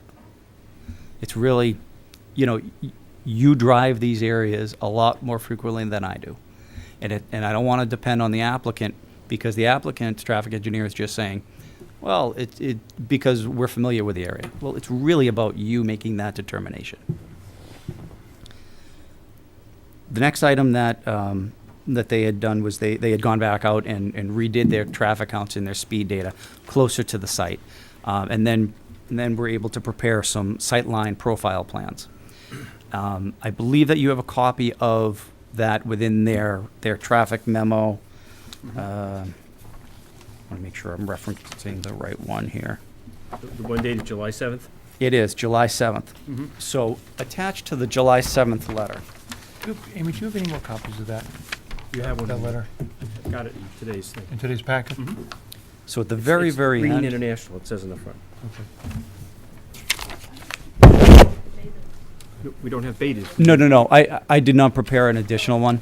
Okay. We tried reaching out a couple times to Green International to be able to discuss any of the outstanding concerns. We haven't been able to connect. I did leave a voicemail message with our concerns and had not heard back. So where we are right now is we have the site. The one in question that I think that we've all been discussing from the beginning is, if you're in the driveway, and I'm looking at the plan that's at the very back. Okay. And the question about the sight lines has generally been discussed about when you're in the driveway looking to your left, to see cars that are traveling southbound on Rockwood Road and, kind of going toward the roundabout. As they're approaching from the They're school. going to the left. Yeah, so If you're in the driveway. if you're in the driveway looking to your left. So you're going towards the school, you're not going to the roundabout. Well, it doesn't matter which Okay. direction you turn, because you still need to look left for those oncoming cars. Okay. So that's why, looking to your left is generally more important, because it's taking into consideration both lefts and rights out of your driveway. Okay. Right? Because you got to look left to see oncoming cars so you can join in with the traffic, or if you're turning left and looking left, you have to cross that traffic stream. So on their plan that they show, which is based on the updated speed data that they collected, everything is drawn correctly, but two issues are jumping out at me. Number one, this goes back to where I was first explaining the difference between intersection sight distance and stopping sight distance. The intersection sight distance is when you are a car on the roadway, so on Rockwood Road, looking to see, so let's see. Intersection sight distance is when you're a car in the driveway looking to see oncoming cars. So it's driver eye height to driver eye height. So that's 3.5 feet to 3.5 feet. And that's what they show on these plans. So on the profile plans. And they accurately depict those sight lines. Where there's a question is the stopping sight distance. So the stopping sight distance is measured from a car that's on Rockwood Road looking at a 2-foot object. So the 2-foot object, it used to be 6 inches, so you could see a ball that might be rolling out into the street and a kid might be running after it. Over the years, they've increased that to a 2-foot object. That 2-foot object is representative of a taillight on a vehicle. So if you look at their plan in the top right, their sightline profile plan. So you look at the 3.5-foot object on the far right, up on the top right. So you see the trees, and then it's up on the right, and that would be where a driver would be going southbound on Rockwood Road, just north of the driveway. What they need to do is they need to, so they haven't, I'm trying to explain this because they haven't shown it on the plan. Amy, I don't have this. Can you scroll down a little bit? No, I don't have it. There we go, right here. On the green letter? Yeah, I don't have it. No, but that's all right. It was tucked underneath another Yeah, no. letters. Looking at. It's underneath. Oh, it's underneath the waiver list? Oh, Yeah, it's okay. underneath the waiver list. All right. Keep going. Keep going. There it is. That's right there. All right, Okay, so what we have is, we have our 3.5-foot object over here. So that is the driver eye height on Rockwood Road. What they need to do is they need to be able to see a 2-foot object over here. And that's for the stopping sight distance. That's measured from a car on Rockwood Road looking toward the driveway. The problem is that when you draw that line to the 2-foot object, you're going right through this mound right here, which I believe is the retaining wall on the abutting property. So they do not meet the stopping sight distance requirements. Based on their traffic study that they originally prepared, they said that the stopping sight distance is more important than the intersection sight distance, and that's based on AASHTO requirements. I agree with them, because what's happening is that if you're on the road and you're traveling at a certain speed, you need to be able to slow down or stop before you hit that object, whether it's an animal that runs out or another vehicle or a person. You want to be able to have enough time to be able to stop without hitting that object. If you draw a line from a 3.5-foot object to a 2-foot object, you're going right through a portion of that, that bump up right there. So that's a concern. The other- Jason, yes. can I interrupt? Sure, absolutely. Was that in your letter on May 22nd? I don't remember this coming up before. So what happened was that they had originally prepared some sightline profile plans before. Right. They've updated that now based on their their new traffic speed data that they collected. Okay. So I've not prepared a letter because I wanted to be able to find out what's really of concern to the town and what's not. Like, for example, the Saturday midday data. I'm leaving that all up to the board to decide, because we've been kicking around this this issue for a long time, and they haven't provided us with any information, so no need to continue with it unless you think that we should continue with it. But this is more of a safety issue here. Okay, I'm actually looking at your memo of May 22nd. Okay. And you do have a comment here, T10. It looks like you were saying that they had drawn it incorrectly, and that you were asking them to update. Once completed, the updated site distance plan should be reviewed for accuracy, safety, and impacts. That's right. And so the response to that was something that still hasn't, to your satisfaction, addressed this issue. Correct. The original one was drawn incorrectly, and it was based on the previous speed data, which was collected further to the north near the school. Okay, and then the site triangle plan that they provided Okay. is just intersection site distance, not stopping site distance, is that? The profile that they have in the grids, so that's up here and down here, those are just showing the intersection site distances. Those are not showing the stopping site distance. The site triangle is the same for either? It generally is, yes. Okay. So, because what you need to do is you need to have a certain distance. So when we come up with our site distances, we need to have a direct shot to be able to look, a clearer vision of sight. But what it really is that you need to be able to measure that distance along the roadway, so that you're a car, you don't want to hit that object that may be in front of you. So that's why they have a triangle, so that if you're a car in the driveway looking up, that's kind of going along the inside here on the site. The outside line, that's representative of the car driving on the road. Now, where you're talking about the site triangle, I'm glad you brought that up, because over in, let's see, so in this area here, their triangle is shown to go over an abutting property. Right. So that means that one of two things. One, that either the line might be drawn a little incorrectly, or that they need a sightline easement. So that's something that really needs to be addressed. So the sightline issue has not been satisfied at this point. Well, there's also isn't there a tree There's partially in the triangle? There's a telephone pole. So here's the there. thing with telephone poles. Let's use this as a telephone pole. Okay, I'm going to give this back to you so I can sit down. Thanks. So if you have a car that's going behind the telephone pole or on the roadway so that you can't see that car, as long as you can see any point of that car, that's okay. It's not called a sightline obstruction. If the car completely disappears, then that's a problem. But if you can see any point of that car as it's going by that utility pole, then it's not considered a sightline obstruction. Tim, I'll get to you in a minute. The board, the protocol is the board will ask all its questions. Yeah, and then we'll open it up. I'm sorry, you're gonna have to wait. Thank you.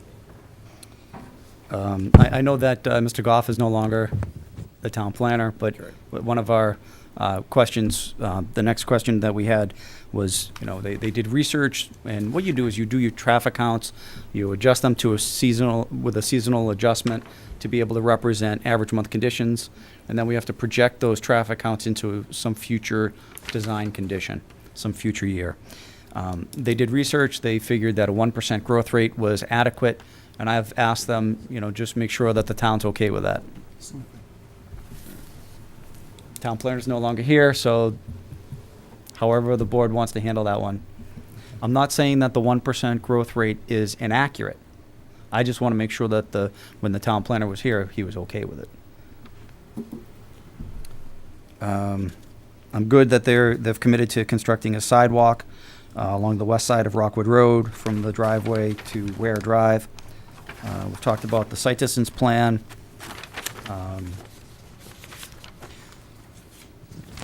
At the intersection of Rockwood Road and Boardman Street. So that intersection right now is experiencing long delays coming out of Boardman Street. And so what we had asked them to do was that to take a look at seeing if a traffic signal is warranted out there. And based on their findings, so when you put in a traffic signal, you want to meet certain warrants. So the Manual on Uniform Traffic Control Devices, MUTCD, has different types of warrants. Municipalities and states generally look at the 8-hour warrants. That means that you need to satisfy conditions on a minor street approach and the main line, and they're different thresholds, but you need to hit those thresholds for 8 hours of the day. They didn't do 8-hour worth of counts, but I asked them, take a look at the 4 hours of counts that they have, the 2 hours in the morning and the 2 hours in the afternoon, and find out if you're meeting all 4 of those, then you might be meeting the 8-hour warrants, and maybe further study would be required. What they found was that for 3 out of those 4 time periods, they met the 8-hour thresholds. So I'd say that maybe that's something that the town should kind of keep in mind for the future. Once those traffic volumes might increase on Boardman Street especially, that maybe a traffic signal might be warranted at that location. But based on the traffic counts that they had done and the analysis that they had done, one is not recommended at this time.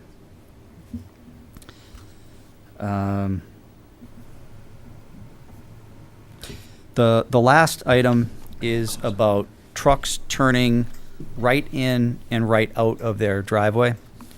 And as was brought up at the last meeting that we discussed traffic at, it was shown on their truck turning templates that a truck turning right in off of Rockwood Road into the site driveway was going to be minimally crossing the double yellow center line, so that their driver's side front tire was going to be crossing the double yellow center line in order to swing in to the driveway.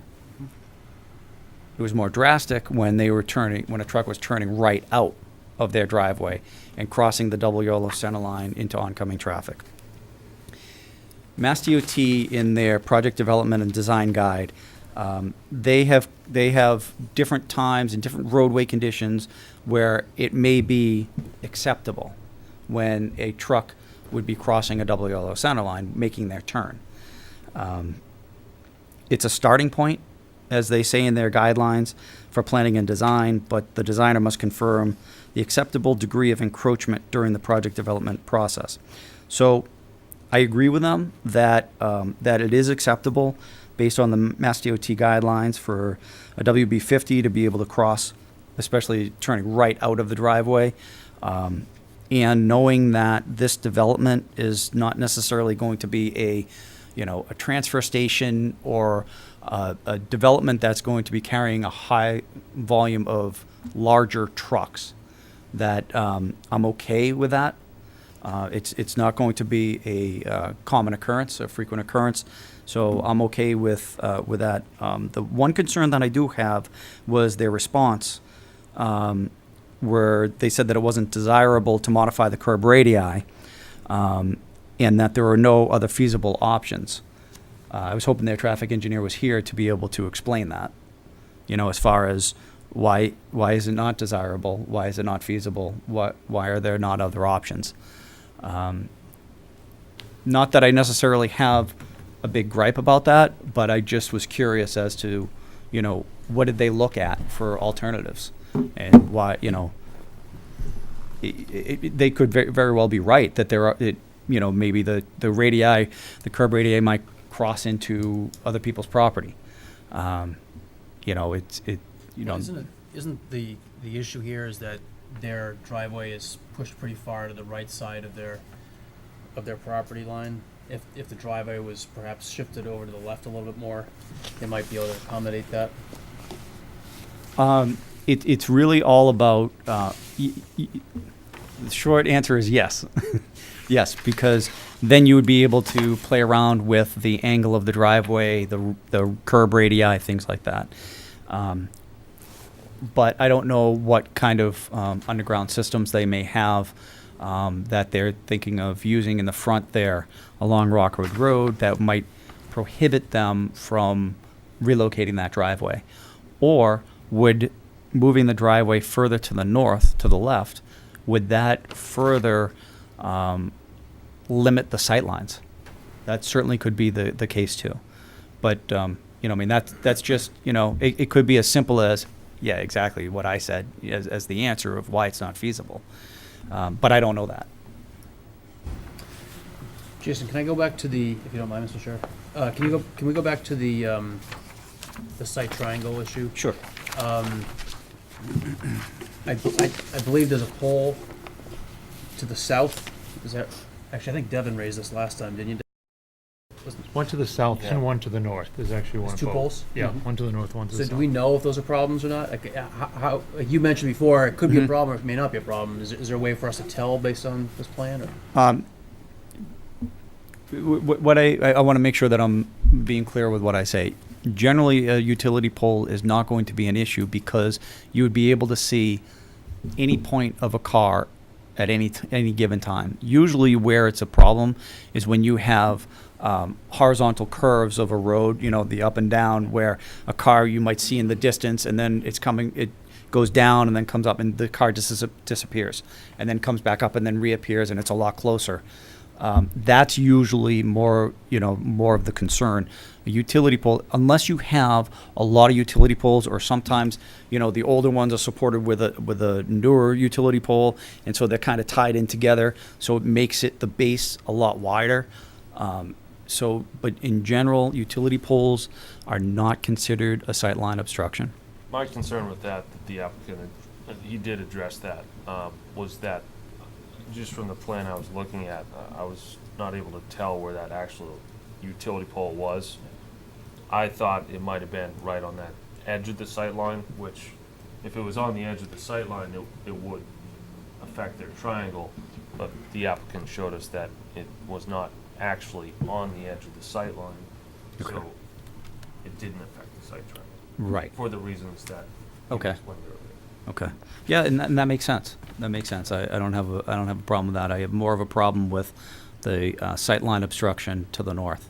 Where, as you on the plan, the profile plan in the top right, not being able to see when your car on Rockwood Road as you're approaching the site from the school, for example, and you wouldn't be able to see that 2-foot object. That's really more of the concern. So would it be fair to ask that Green be in effect doing exactly what they've done here, which talks about sight distance for stopping distance? Yeah, Is that what I'm hearing? They should be preparing a stopping distance report. We have a sight distance report, but not a stopping distance report. We have the intersection sight distance. So we need an intersection stopping distance. And not that the information that they provided us was wrong. The information that they provided us is correct. Okay, so I don't want to mislead anybody. Right. What they've showed us is correct. We'd just like additional information. Okay. Yeah, I think, again, sorry, Christopher Agostino, counsel for the Village at Norfolk. So just to try to backtrack just a little bit quickly, if you don't mind, Mr. Chairman, I know we've just had the traffic engineer's report. I don't know if he wants to continue or if you had anything else that... No, I'm open to questions. Okay, thank you. Okay. Can I ask one question before we start? The only question I had, excuse me for 1 second, but with respect to traffic. Yes. Has anybody factored in the impact of the train? You know, so if somebody's heading, if traffic's heading north, beyond the train tracks, and somebody wants to take a left into this development, and coming southbound in the morning, there's a line of traffic there waiting, and that left-hand turn has to wait now. The traffic's backing up behind them, and then the train is coming. They did, early on during our review, we did coordinate with Green International. They did conduct different observations to find out how far back those cars do stack with relation to their driveway. And that was addressed. It was. It was. Good question, though. I mean, it's important whenever you're near any kind of a railroad crossing. Yeah, I think so. Yeah. You know, I mean, in that, you know, cars are one thing, but there could be a tractor trailer, or Right. two of them. And, you know. So here's something that the board can consider in a situation like that. Generally, it's at roadway intersections, and I would consider their driveway more of a roadway than a driveway, you know, for commercial use. You know, what you can do is they could have signs that are posted, and the hatch marks that are on the southbound side of Rockwood Road where it's do not block intersection. So what that does is that anybody that's approaching the train station is not going to be blocking the driveway, and that allows anybody that's coming northbound to be able to turn left in. That's something that the board can certainly consider. I don't know if this is a question for you or rather the applicant, but on that that sightline profile, they kind of show overgrown shrubs. Mm-hmm. And is that a concern for the sightline distance? Because it looks like the sightline distance goes over the property line to the north and to the south, and it's a high-density area for, I think, shrubs over there. Yeah, one of the things that we had talked about with the applicant's traffic engineer, and they have committed to within one of their responses, one of their earlier responses, is that anything that's on their site and anything that's within the right-of-way, they're going to either clear or trim back to be able to allow those sight lines to be available. So what happens with... if it's on someone else's property? Exactly. Yeah, I mean, that's the thing, is that you're absolutely right. I mean, their site triangles are shown to cross into abutting properties.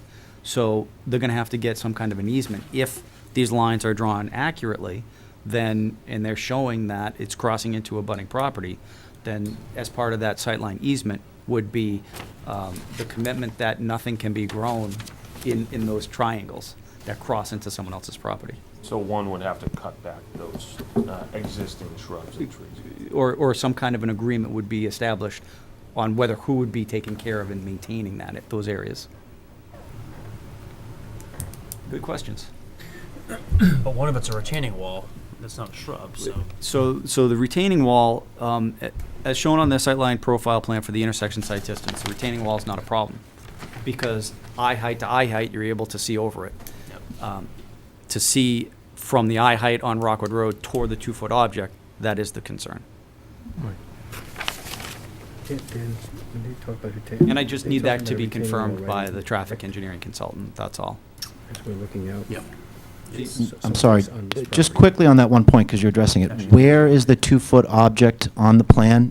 Is it at the same location? Is it the same profile? Or is it the edge of pavement? So what you're supposed to see is, you're supposed to see anything that might be pulling out into your path. So that would be, for example, what you would need is you would need to be able to see a car that would be sitting here on the edge of the pavement. So that, for example, the front of the car cannot be in the road. But the profile that you're describing to the board is measured to the edge of the pavement, right? The profile that's shown here is drawn 15 feet back. Correct. Right. So, just to point out, that profile that's 15 feet back, the obstruction that you're identifying that is beneath in the Rockwood Road 255 North available, upper right there? Yes. The obstruction you identified, that's the retaining wall. Correct. That the profile at edge of pavement does not interrupt that retaining wall. So just, What it's I'm a asking. different profile, so just to. Exactly, it's a different profile. We will get you the profile, Right. so you have it. It's a non-issue in the other profile, but just to back up a little bit, I'm disappointed that we were unable to sort of have a list of these concerns before the hearing. We weren't really expecting to have major open issues, so I think if it's possible to just put these in a list. Sure. In writing, so that we can connect on it. And I don't want anybody to get the impression that Green International was being non-responsive, or that we're not responding to these questions. I know you mentioned you tried to reach out to them, and you were unable to connect with them. We were expecting a response to the July 7th letter that said, here are the open issues. Well, and then we could address I'll be honest with you, when I'm reiterating the same comment over and over this and is a over new again. comment. No, I'm not talking about this one. This one's different, because this is new information. This is new information. The Saturday issue is a different issue, and we'll get to that in a And second. the growth rate, and there's several other ones that are just not providing the information. Now, this, you're absolutely right, because this is based on new data, and the sightline profile plan for a stopping site distance would be different from the intersection Correct. site distance. And that's why I just need Green Right. International to be able to provide one, So. to show whether it is an issue or not with that retaining wall. Right, and we can provide that information. The Saturday traffic count issue has come up again and again. Green International has reached a comfort level on it. I believe that the matter tonight has been addressed to the board as an open issue for the board to determine. They can determine it by condition. They can say that if there's an issue shown here, post-permit, that they're really concerned about, then they can impose a condition on that issue. The other thing they can do is to use their discretion, as Jason just described, and say, we don't feel as though it's that much of a concern. So you can take one tack to the other. Either way, we will answer these issues. So this is the first we're hearing of this now, and fortunately, it's a now narrowed list of concerns. But now we have a bullet point list that we can address one by one. Unfortunately, we're not ready to address that tonight because we didn't have the remaining open items. If it kept coming back as open, then that would have shown up on my radar. Okay, none of this was on my radar, and as a development team, we're all trying to work together, and sometimes the peer review reports that say open issue, allow the development team as a whole to come up and say, hey, we need to address that. So we now have a finite list of open issues, which is a good thing. Some of them are easily answerable. I think, from my perspective, the Saturday traffic count it's quite an undertaking, again, to go out, collect more traffic data. It's an entirely new study where our engineer is advising the development team. It's not something that's ordinarily done. In this situation, they feel that the cumulative effect of that traffic event on Saturday mornings or whatever would not warrant that study.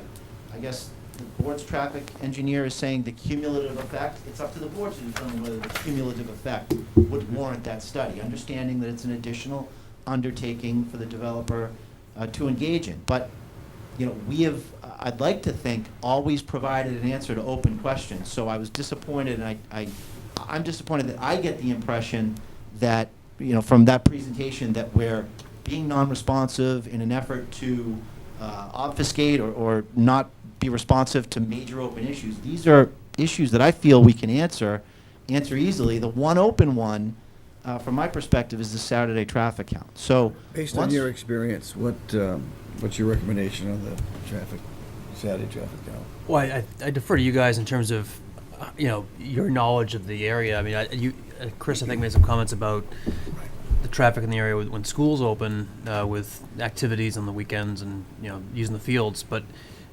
you know, this is in the grand scheme of things, this is a relatively small project that doesn't generate a ton of trips. So ordinarily, we're concerned about trip generation when we're talking about bigger projects like the Abbeville project. The main concern, I think, with smaller projects like this is site distances. But, you know. Okay. Yeah, I agree with that. It's really all about safety out here. Yeah.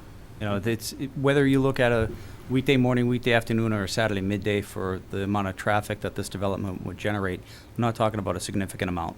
And that's been part of my previous presentations. Generally, you know, Mass DOT has guidelines that say if you're going to be generating 100 vehicles per hour through an intersection, then you should look at that intersection. This development's not going to be triggering that. Okay. So it's really all about, you know, what other evaluation do you do, and that's the safety.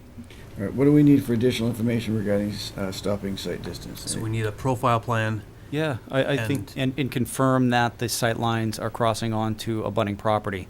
And if so, then they need some kind of an easement. Yeah, are there obstructions with stopping site distance? Right, exactly. And actually, while we're talking about that, I mean, were you here at the last hearing? I forgot. I was not. Yeah, so I think I might be partially responsible for why this was submitted. And we talked about a sensitivity analysis on intersection site distance, and then they provided this chart, which is very helpful. And I think basically what I was interested in knowing is how much intersection site distance is actually out there. You know, because they didn't provide that data. They only provided, we meet it, but they didn't say how much they met it. And so now they provided, basically they're saying that the speeds could be increased up to 35 and 42. And they would have the minimum required ISD. Did you look at this to see if you agree with the conclusions? I did. I think that in one of the items that they had listed in there too was they were going to have the driver speed feedback signs that if the town is interested in, to be able to kind of make sure or to try to encourage slower speeds in this area where it's posted at 25 miles per hour, but people are not traveling at 25 miles per hour. That being said, they do meet those. Their sightline profile plan does show it's not based on the 25 miles per hour posted speed limit. It's based on how fast people are actually driving. So they did that correctly. I don't want to mislead you on that either. But I think that if the town is concerned with speeds in this area, that more municipalities are going with the driver speed feedback signs. I know that that's something in Randolph that they're considering. Medway, they also did that as well. So certainly something that the town can consider. And how do those work? So what it is that you have, you sometimes like the police use them, where they have the big stands and it flashes how fast you're going. Oh, yeah. And as long, and they can be solar powered, and they can be permanent rather than just the temporary ones that the police departments use. And what it is that it shows what the posted speed limit is and how fast you're going. And you can actually set it so that if people are going a certain speed over the posted speed limit, it flashes at you, or could even send you a message. Legally, they can't send you a ticket for going that fast, but they can collect the data as far as how fast people are going in during certain times of the day. And what that can do is that can actually help the police to have more enforcement out there during those times of the day. The other benefit of that, Jim Pavlik from Outback Engineering, the other benefit of that is it also tends to have the vehicle slow down. Oh, absolutely. So what it does is it's more of a psychological thing, if you think about it. You know, I mean, you see a posted speed limit sign, oh, wow, I'm going a little bit faster. But now everybody around you knows how fast you're going. So it makes you kind of, oh, I better slow down.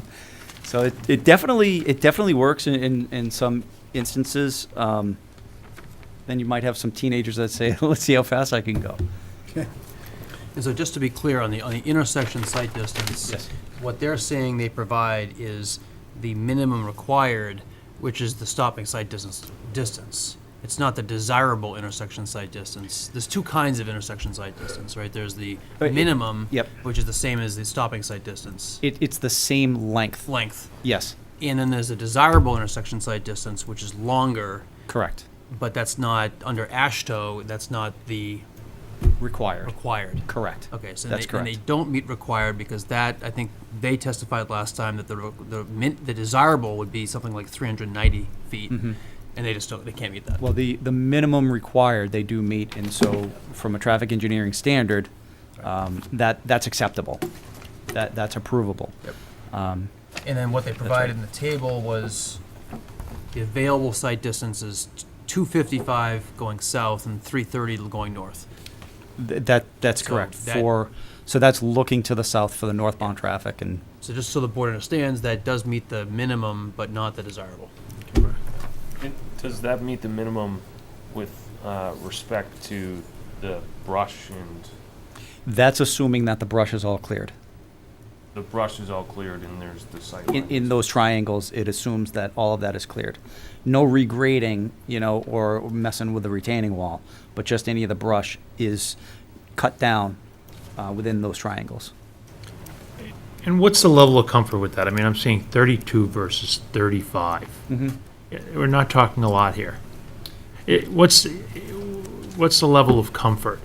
I mean, is the variance taken into account on this, what the variance in this is? I mean, I'm looking, 220 versus 250, but we're not talking a lot of, it doesn't appear a great deal of difference. So, do you understand my question? Right, so what they did was, when we do speed studies, we don't just look at the average of what people are traveling at, we look at the 85th percentile speeds, and usually municipality states, they use the 85th percentile speeds in order to set the posted speed limits.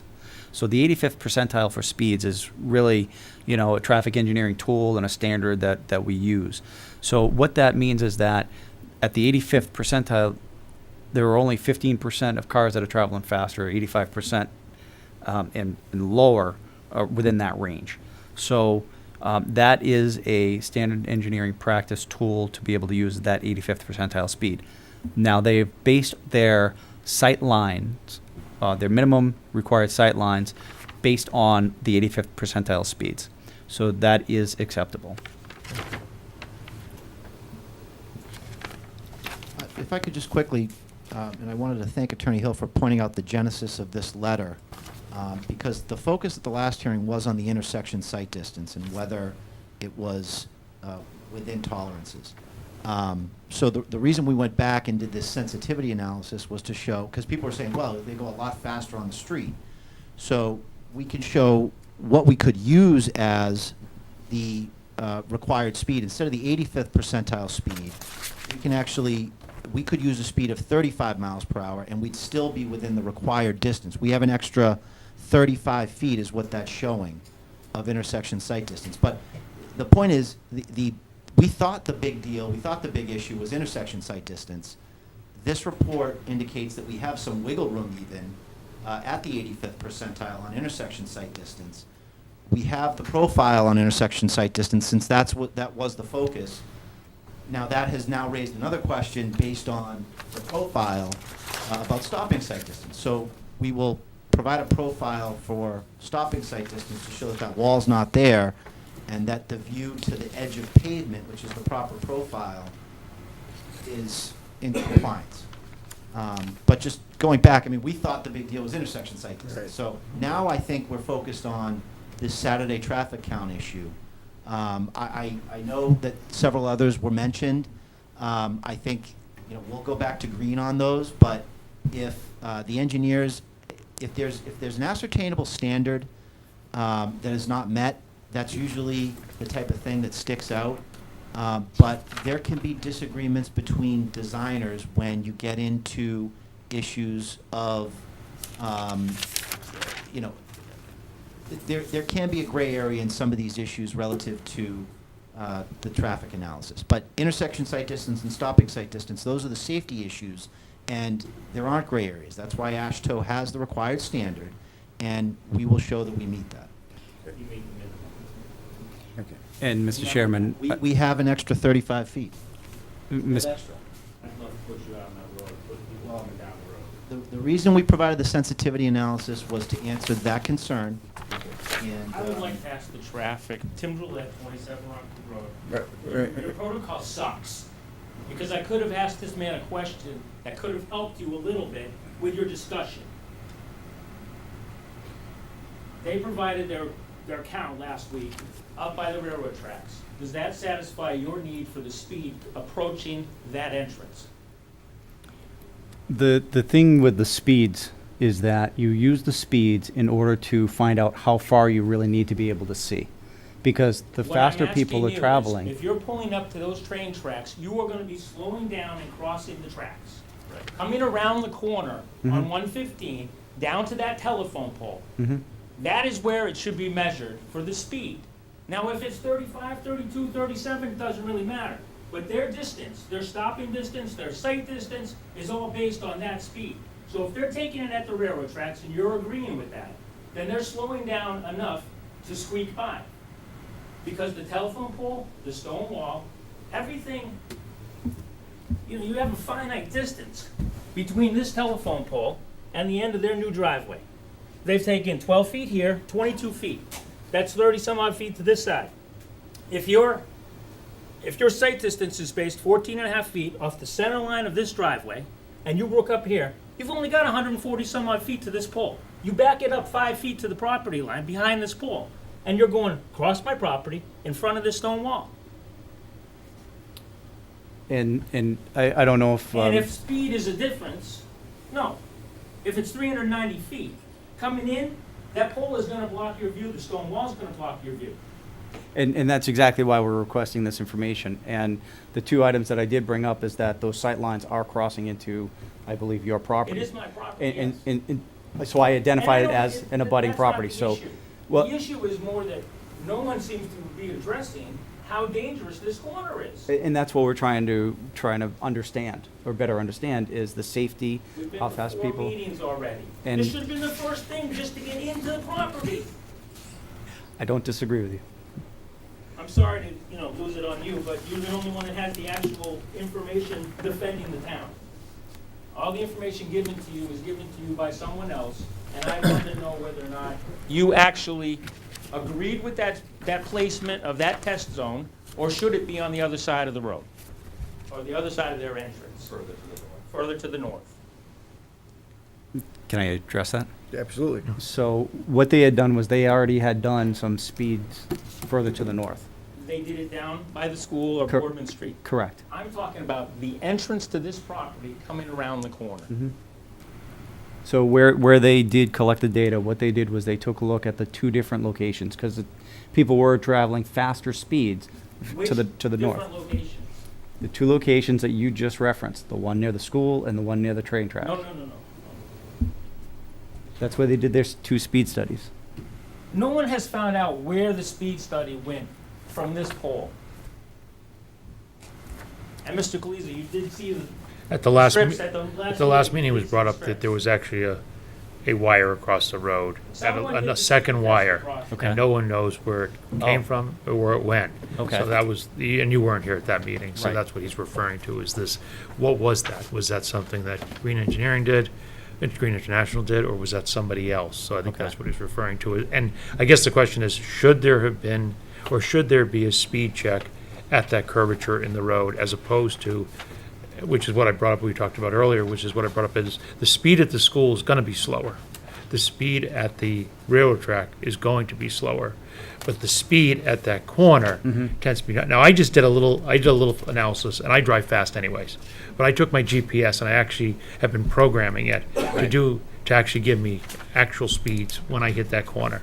Now, I'm at about 48 miles an hour, but I'm a fast driver. I also then went at night, and I actually set up at the driveway, where they have their driveway now, and I moved north at night, looking through the trees, actually moved away Mr. Doulette's trees, at what I could see a car at night. In other words, I'm standing at the edge of the road. Yep. When do I first see a car? Right. Okay, I can't see a car past 172 feet. At 172 feet, I suddenly see a car. So I guess that's, I think that plays into, that curvature as a real issue. How do we address that? Right. And then you know, we really have sort of let it go, but the police chief wrote a letter back in April stating that, you know, he had grave concerns about this entranceway. And even though he said if the site's distances work out, you know, he still has concerns about it, which I don't think we've ever really addressed, is that when you say, what does the board want to do with regard to Saturday? Right. I think I'm less concerned about that than I am, is if the police chief says this is a big issue, is 35 feet enough to say it meets the standard, it's acceptable, or do we have to look at a different way? And I know my personal little study is not, you know, it's not scientific, but I said, if I'm standing on the street looking down that road, when I see a car, that to me is my sight line, not some triangle. And I know what my speeds are, and I wanted to see, because I sort of watch, I'm up and down this road an awful lot, probably more than anybody here. So I sort of know what that's, and so I start calculating it with your GPS, you can do it. Right. And my average speed was about 48 miles an hour. So I said, I'm probably not alone at that. And again, it does slow down at the school because, and especially we talked about the May 31st, there's school events, there's baseball, there's football, same thing as the railroad track. We have constant activity on that between people crossing to go to the train and the train itself. Right. And so that's why I think that's the question is, how do we marry those two with that curvature in the road? You know, do we do another table study at that curvature? Is that not important? Is that going to come out with the same, is it still going to come out with the same answer at 32 miles an hour? Mr. Chairman, I have a suggestion.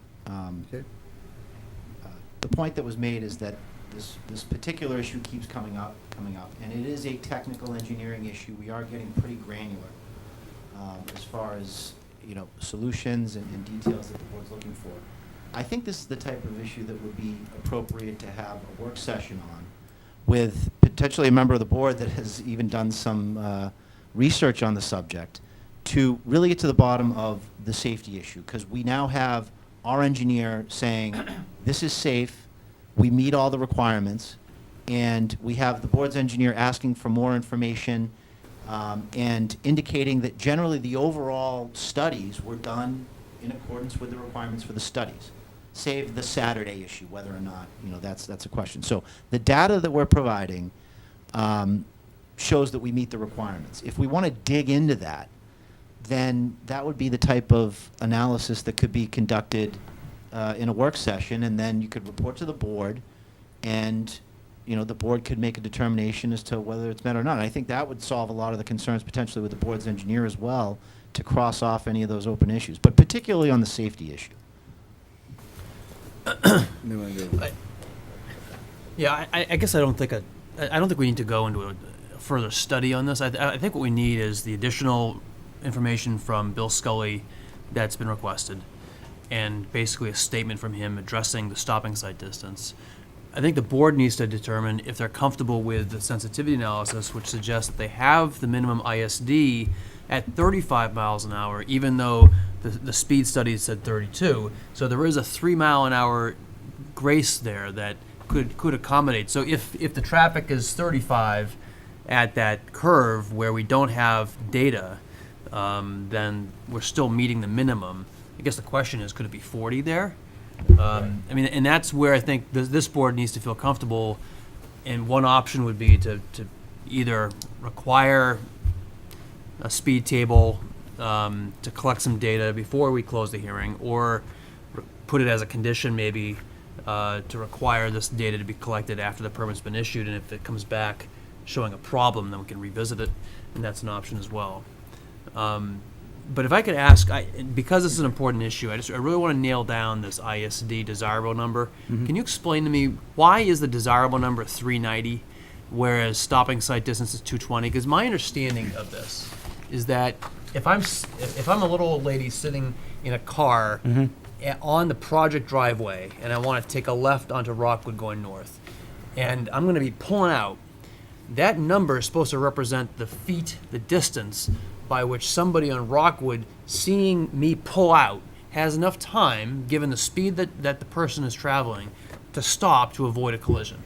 Is that correct, or am I missing That's something? the stopping sight distance. Okay, what's intersection then? Intersection sight distance is more of a comfort, and that's the way that AASHTO has described it.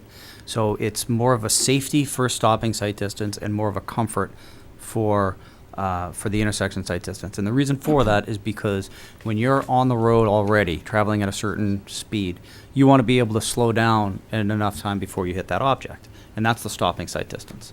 The intersection sight distance is determining when you can pull into the traffic stream. But just going back to my scenario, if I'm sitting at the project driveway and I want to take a left onto Rockwood, if I pull out, and as I'm pulling out, I look left, and I can see 255 feet. I don't see a car. But let's say a car is zooming over that hill, okay? That car is going to have enough time to stop if they're not going more than 35 miles an hour? Well, that's the whole thing, is that's the importance of preparing these plans. I mean, you can't But that's necessarily... the theory, right? Is under that's SSD. That's the theory. The theory would be is if that car suddenly appears as I'm pulling into Rockwood. Yes. There's 255 feet, I believe, right, coming south. Right. So that 255 feet should be enough for that car to stop and avoid the collision, as long as that car is traveling 35 at miles per 35 hour miles or an less. hour. Or less, Right? correct. That's Okay. correct. Now, one of the things that they had identified was that the driver speed feedback signs. So ultimately, what we're talking about is how do we try to encourage slower speeds out here, independent of this project, right? I mean, people are traveling a little bit faster than the 25 mile per hour posted speed limit. So what makes this even more important is the fact that there's a proposed development coming in. And so we want to make sure people are traveling at slower speeds. So we need to really think of different ways to encourage those slower speeds. And that idea that that Green International had come up with is definitely something that is used by traffic engineers and municipalities. We need another speed table done. Well, that's your judgment, right? So it's how comfortable are you with the speed data that's been collected, and because the risk is that the speeds are higher and we don't have even adequate stopping sight distance. I guess that's the concern. And Well, I honestly, what it comes down to is that their sightline triangles are already showing that they're crossing over abutting properties, both to the north and the south. So what that means is that if people are traveling at an 85th percentile speed faster, or where they have their speed at which the sufficient intersection sight distance exists, if it's faster than those, then that just means even more property that they would need that easement for on those abutting parcels. What's the speed at which they don't meet the requirement? If they make it at 35, is it 36, is it 48? What is the speed at which they don't make? Now, based on their information that they've provided, coming southbound, it would be 36. Okay. Going northbound, it would be 43. So that would be a valuable piece of information to know what the speed is at that curve that we're seeing. it might be valuable.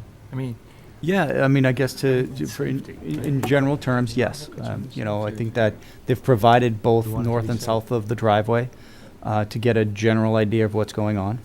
I just think Yep. Tim's point is an excellent one, that there's a bit of an unfair balance in that moving that second sensor closer to the train tracks. Mhm. He's right. The instinct is you need to slow down there, because otherwise you're going to dukes a hazard, jump the tracks. So you have to do it there. You don't have to do it back at the curve. And I think that's what people are saying is it's not happening back at the curve. So I think I'd feel more comfortable with another showing what that data is, especially where it's so close. Thank you. So I think a good next step is if we could formalize your comments into a report for our traffic engineer to answer. I think a big one is to put the stopping sight distances onto a chart like this one. Again, I know that this was prepared because originally we were saying we have the stopping sight distances without any problems. Then the question came up about, okay, you have those, but not the intersectional. And we identified intersectional as being a comfort. So we prepared this saying we have the comfort, which is the intersectional. We have the stoppage as well. We'll put it on a chart like this. But I think that will help us to see the situation a little bit better. I know there's a question about taking another speed study here at the corner. I think Chris's idea of doing something like that as a condition of the permit is not a bad one. But I do want to reference that both traffic engineers were pretty comfortable with the 2 speed studies that we've taken, the 2 locations that we've taken. And all of the tests that we've done so far are following the normal state standards, correct? Yes, the studies that have been conducted in collecting the data, the traffic counts and the speed data, are in conformance with traffic engineering standards. I don't want to say state standards because they don't get too specific with certain Traffic things. engineering standards. Right. Just something for the applicant, I think it might be helpful, because the graphic on the second page, that shows the available ISD, correct? I think it'd be beneficial to see the minimum required as well. Show the smaller triangle? Show both triangles. Have one sketch that shows the minimum ISD and one that shows the available ISD.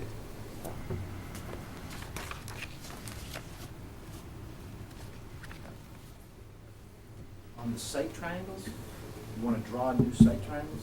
So on the site triangles, do you provide what the available ISD is or the minimum? This is available. These are available. It's What I'm saying 255 is, north available. what I'm saying is, I think it might be helpful to the board to just see the minimum ISD. Oh, to see that it's more within, even within the, yeah, that's interesting. I think that'd be a helpful graphic for I the board. agree. And I think what we'll do is condition that speed table be done. And we'd like to see that data.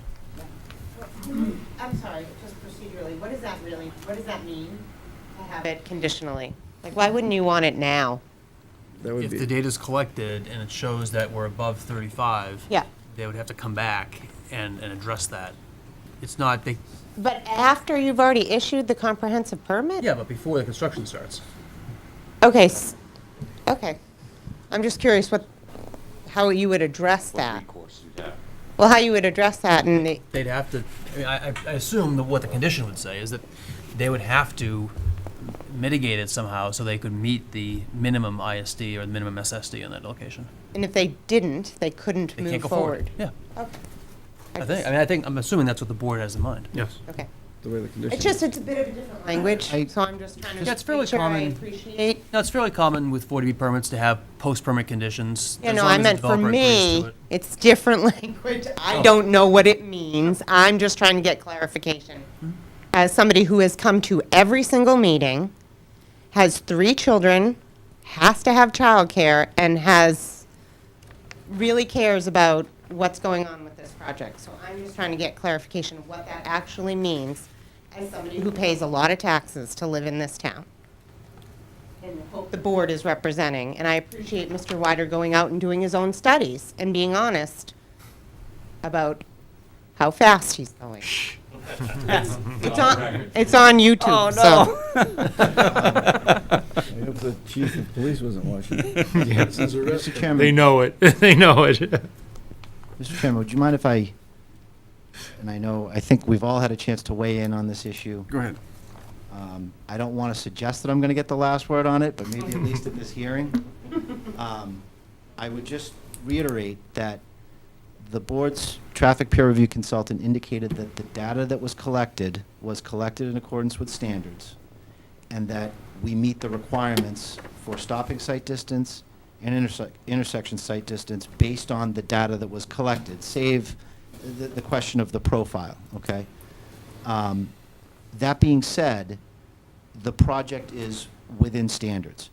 On top of that, the report that Green International has here indicates that we're going to offer to install traffic mitigation or speed mitigation measures in terms of feedback signage and other instruments.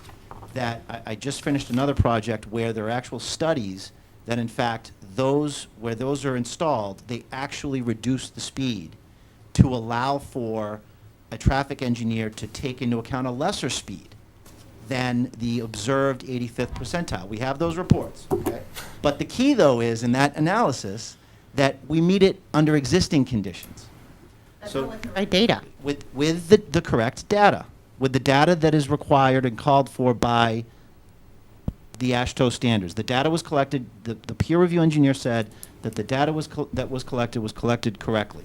You're now asking for, you're now asking for specific data at a specific point, and I'd just like to point out, we've already collected data. Now, we'll leave it to the board, and I think we also are going to continue to engage with the traffic consultant, but the proposal meets the required, not only safety, but comfort requirements, okay? Because again, this is a comfort. It doesn't. This particular. No, the comfort is desirable ISD, right? No. On intersection site distance, the intersection, can you elaborate on that So distinction? the stopping sight distance is the more important of the two for safety.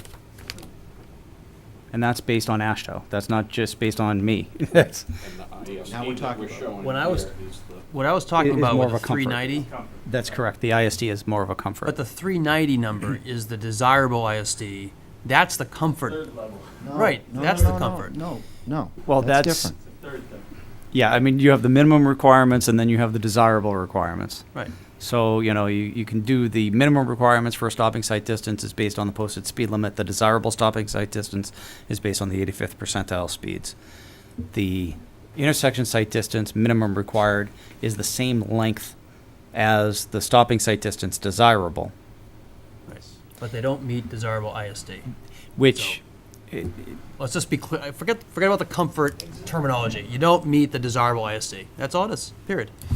And really what we're trying to do is, we don't care about ISDs, we don't care about sight lines, we care about one thing. The little old lady sitting at the edge of that road, pulling out, getting hit by an oncoming car, and nobody in this room, other than the people on this board and the people in the audience, will be there that day to witness it. So our job, and why we're taking so much time on this, and everybody's right, it's taken 4 meetings, is we're really concerned about this as a taxpayers, as the public, as the zoning board, that this safety issue is resolved. The chief of police weighed in on it. He doesn't like the entrance of 25 Rockwood Road. I think the public doesn't like the entrance on Rockwood Road or some of the safety issues. We have concerns. We have our experts to try to guide us. And Dan's right. It would be great if it was 390.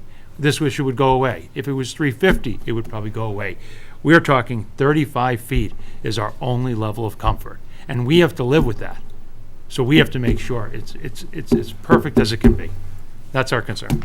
And if you're so comfortable, just capture the data at the point where everyone is pointing out they're concerned about. Why didn't that happen? Okay, I think we've, thank you. I think we've discussed this enough tonight, and so let's move on. We will do the speed table as an order of conditions. And Mr. Because we are Chairman, concerned, just- safety is our number one concern. Believe it or not, that's the one thing that we are most concerned about is the safety, and we'll continue to drill down on this. And Mr. Chairman, if I can just Yes, go ahead, reiterate wrap up. one thing. Yep. I want to make sure that where their site triangles are crossing into the abutting property, that an easement is pursued, if that is the case. Say that again? So, to the north and the south of the driveways on the inside of those sightline triangles, those lines are shown to cross into abutting properties. That if those are accurate, then they need a sightline easement on those properties. If I could just reiterate what Jason said. The point is that the applicant has to have control of the area within the site triangle so that it can be maintained, so there's no vegetation, nothing gets put in that site triangle that ultimately interferes with the site distance. Okay. But the mechanism that happens, I think the applicant needs to demonstrate to the board. Okay.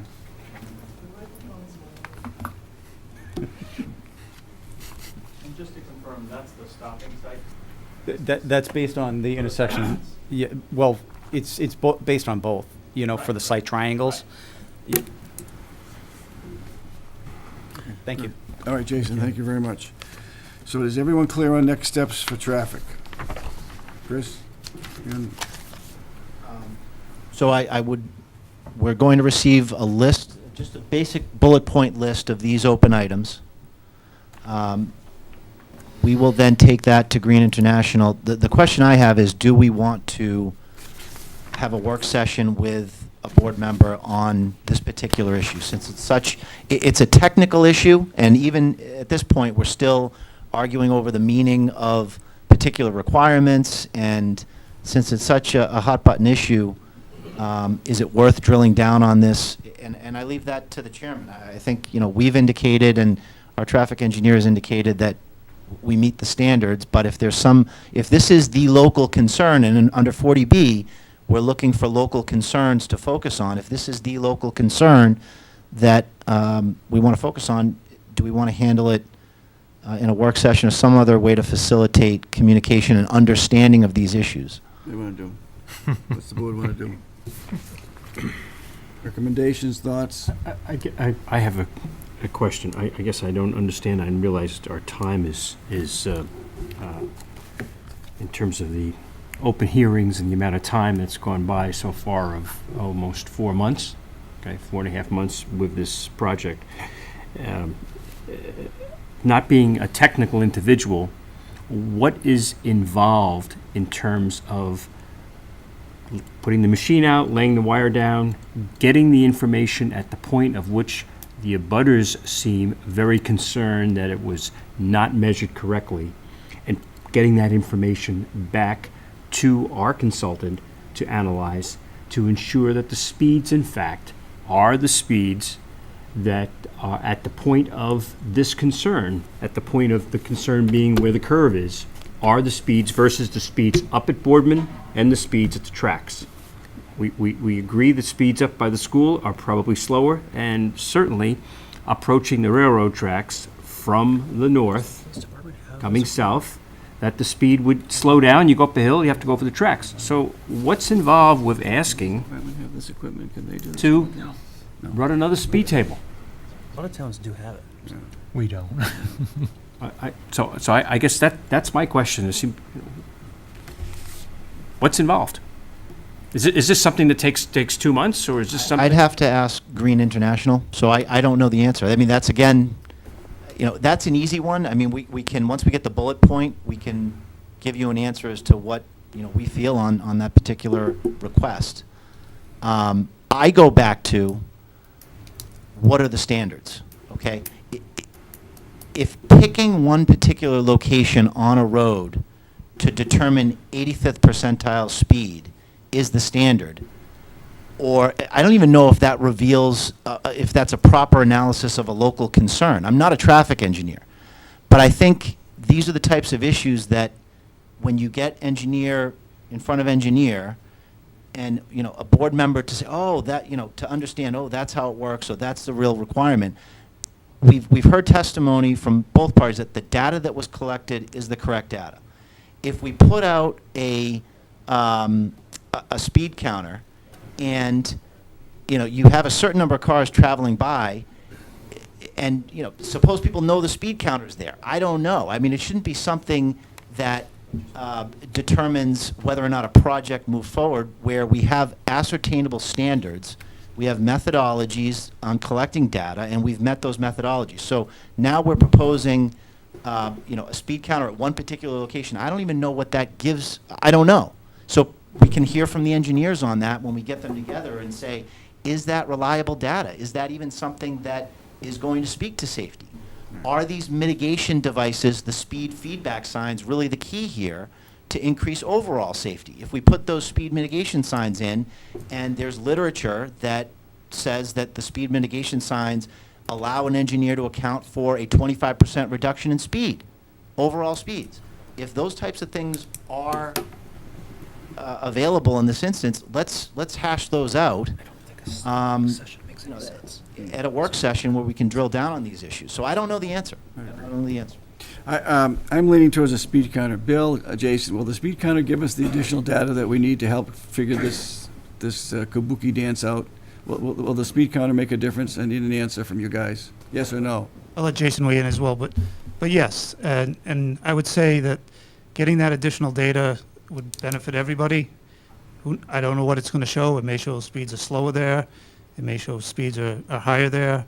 But the fact that we said the data was collected correctly doesn't necessarily dismiss the fact that maybe additional data is needed. Okay. Particularly with local knowledge. The board's weighed in that there's local knowledge that maybe speeds are higher here. The neighbors have weighed in. However that mechanism happens, whether it's a condition, but it seems a relatively simple task to get the additional data at that location. All right. Jason, is your opinion the same? Couldn't say it any better. All right. Yep. All right, good.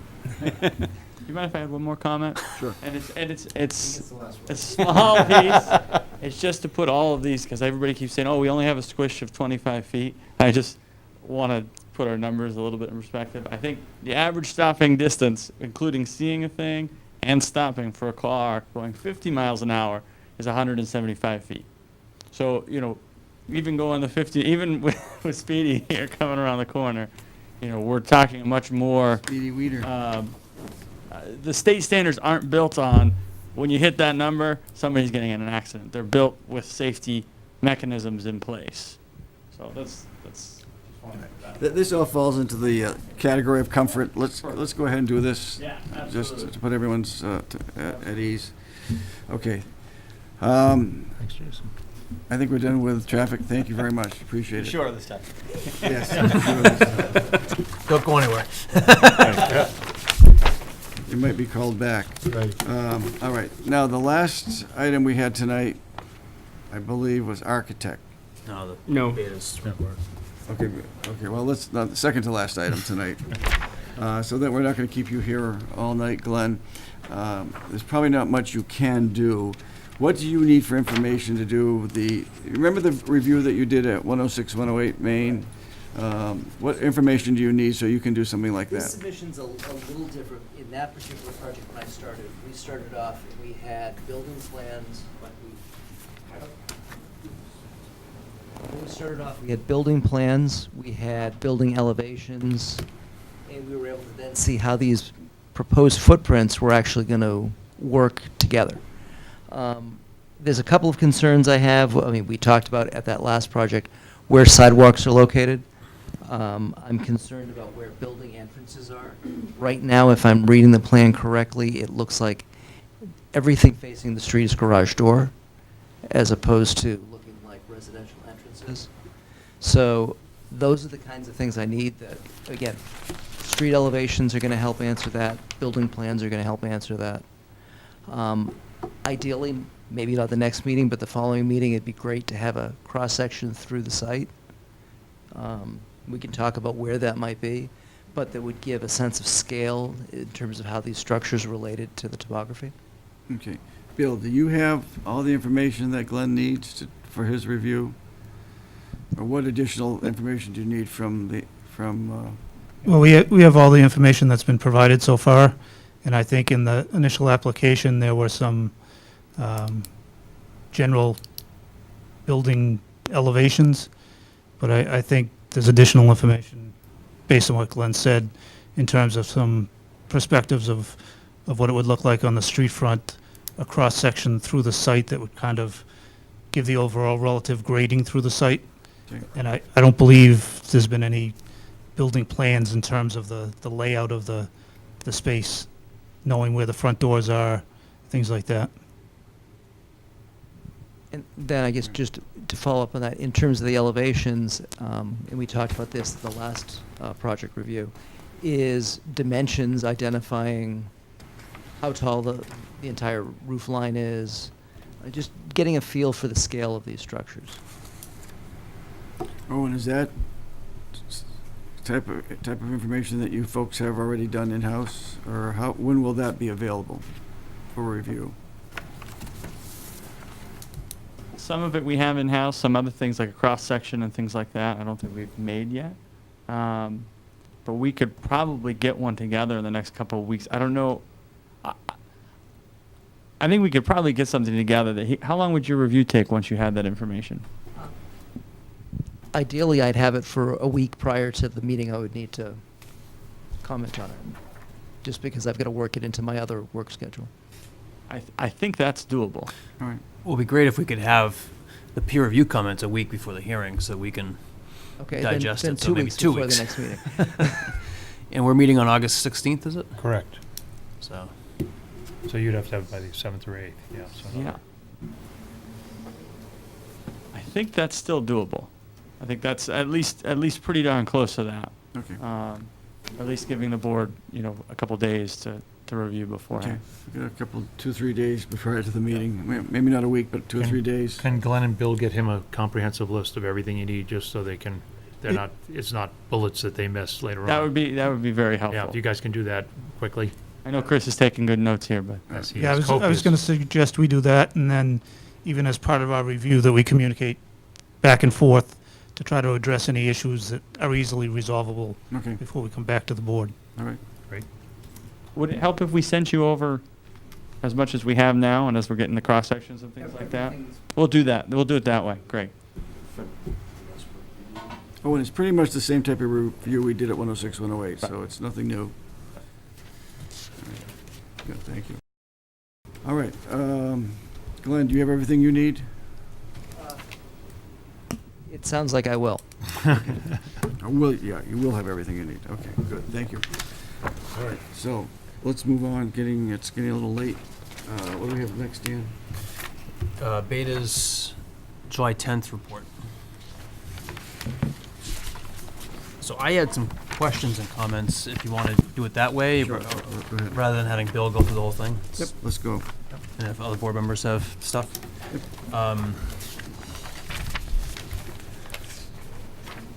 So my first question was on number 1. This has to do with the roadway alignment and geometry not in the plans.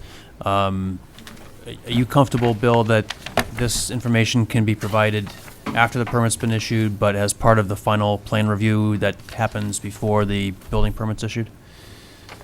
Yeah, we had initially asked, and just to confirm that some of the geometry works. I think we've seen enough information preliminarily that we're comfortable that the geometry works. Okay.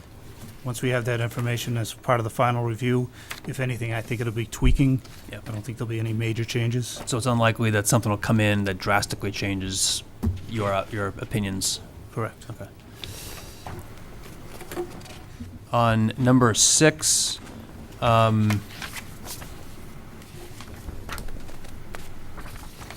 you were reserving comment on the final location and design of the Rockwood Road sidewalk, and that's something that we had asked. We actually asked for this at the last hearing to get a spec plan, a profile plan of the sidewalk that they're proposing off-site on Rockwood. At a conversation with these guys in the hallway before the meeting, that they've prepared the plan, they've shown it to DPW, they're getting comments and feedback from DPW. So I think the request, I think, would be from us to them, so that before the next meeting, if you can provide us with that plan and with the feedback from DPW, and then if you can get that to Beta for Bill to review as well. Does that make sense? Yeah, I think that would make sense, because it will ultimately end up being a public sidewalk. Yeah. That it makes sense to have DPW weigh in on it first. Right. Address any comments that they have. Okay. So- But then from an overall design, making, your opinion as to the Well- thickness of the pavement and, just Yeah, technical details. Yeah, no, I think we'd want to look at that. I think we'd want to look to make sure that ADA requirements are being met. Are you talking directly with DPW to make sure you're getting their feedback? We will. Oh, you will, Yeah, okay. I hadn't realized that the plan was ready to go to DPW. Once they have the plan, we'll talk to Bob and Okay. and So coordinate you're, that. you're in contact with Bob McGee? Yeah. All right. Okay. Number 7. Actually, I think that really is duplicative of 6. Yeah, I think that comment was simply early on, we weren't sure whether there was gonna be a crosswalk across Rockwood Road, and there was issues with the site distance. Okay, so, yep. if there's no crosswalk, I think that comment goes away. Okay. For number 9, this goes to the landscape review. I know we had a comment letter from Beta on landscaping back in May, I think it was. We really haven't discussed that. Is that something that you feel might be appropriate for the board to discuss before we close the hearing, or is it something we can defer? Yeah, as I recall, I think there's just a little more information on the lighting. I think the approach, and correct me if I'm wrong, was not to light all the roadways in the entire site per se, but light key locations. And we just want to be sure that, number one, none of that light spills over across the property lines onto adjacent properties, that they have cutoff lights, so the light is shining down, not up. So I think there was just a little bit more detailing that we were looking for in regard to that.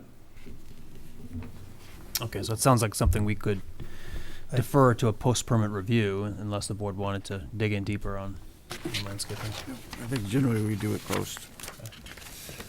Number 12, it looks like the open issue here is that they should show some more details on the irrigation well, setbacks, grading features. Is that right? Yeah, and just to make sure that it fits with the rest of the site infrastructure. Okay, is that something that the applicant can provide in a next set of plans, or? Okay. Number 16, the water system, the water demand and capacity for the town. I know we have a report from the town's consultant on that. Yep. Are you comfortable at this point with that, or is that still open? Yeah, no, we read EPG's report, and I think we're comfortable with it. And I think we agree with their conclusion that it actually is probably going to provide an overall benefit to the water system by being able to loop it through the development. We'll take them at their word that the town system can provide the necessary volume and pressure that they need.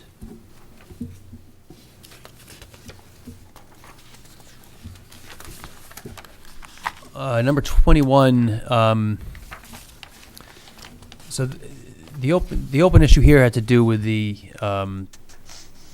exfiltration rates in 2 of the base leaching chambers. LC's leaching chamber, is that right? Right. Okay. Yeah. So in 2 of these stormwater systems, they're using a exfiltration rate of 8.27. You were concerned that might be faster than what the soils may indicate on site. They proposed that if it was, that they would replace the soils with sand, which would make it appropriate to the 8.27 rate. Yeah, I think the issue is just making sure that whatever strata the actual system is in, whatever soil strata the actual system is in, is the rate that's being used.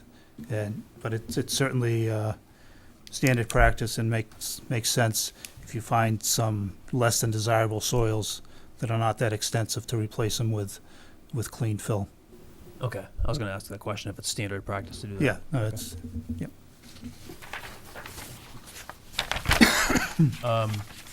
For 22, you raised a concern that there wasn't an overflow outlet, and the reason there isn't one is because there's not really a practical way to do it. There's no wetlands on the property. There's nowhere to put an overflow outlet.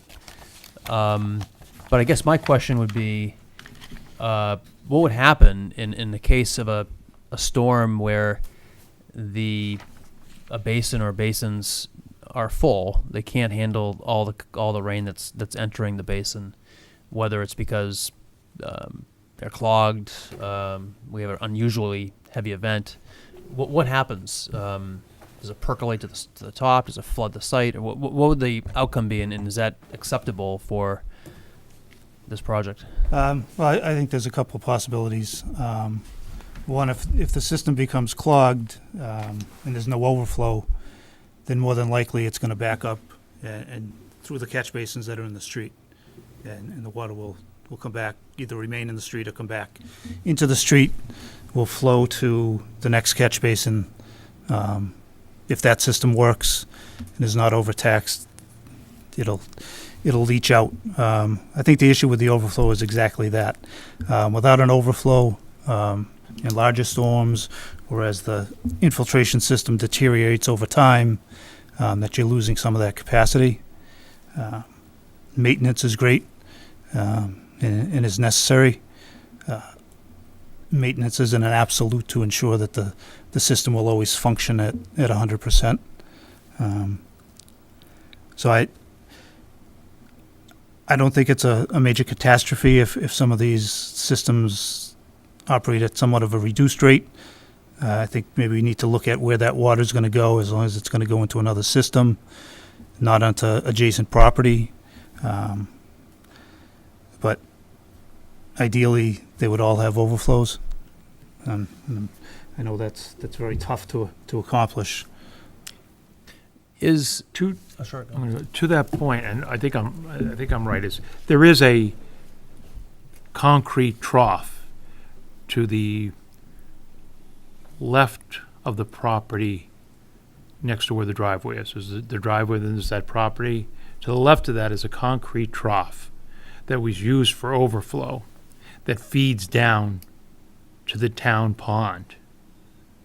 So in this situation, before the water ever gets to the catch basin, there's potential for it to go into this drainage that goes all the way, goes underneath Rockwood Road, and then it goes all the way down towards Town Pond, behind Old Town Hall. That I would think would fill up first, prior to any catch basins, in a major rain event. It might. I'd have to look at the elevations a Can we little look into closer. that? Because if that's of concern, because that does go to Town Pond, which obviously we would not want that to happen.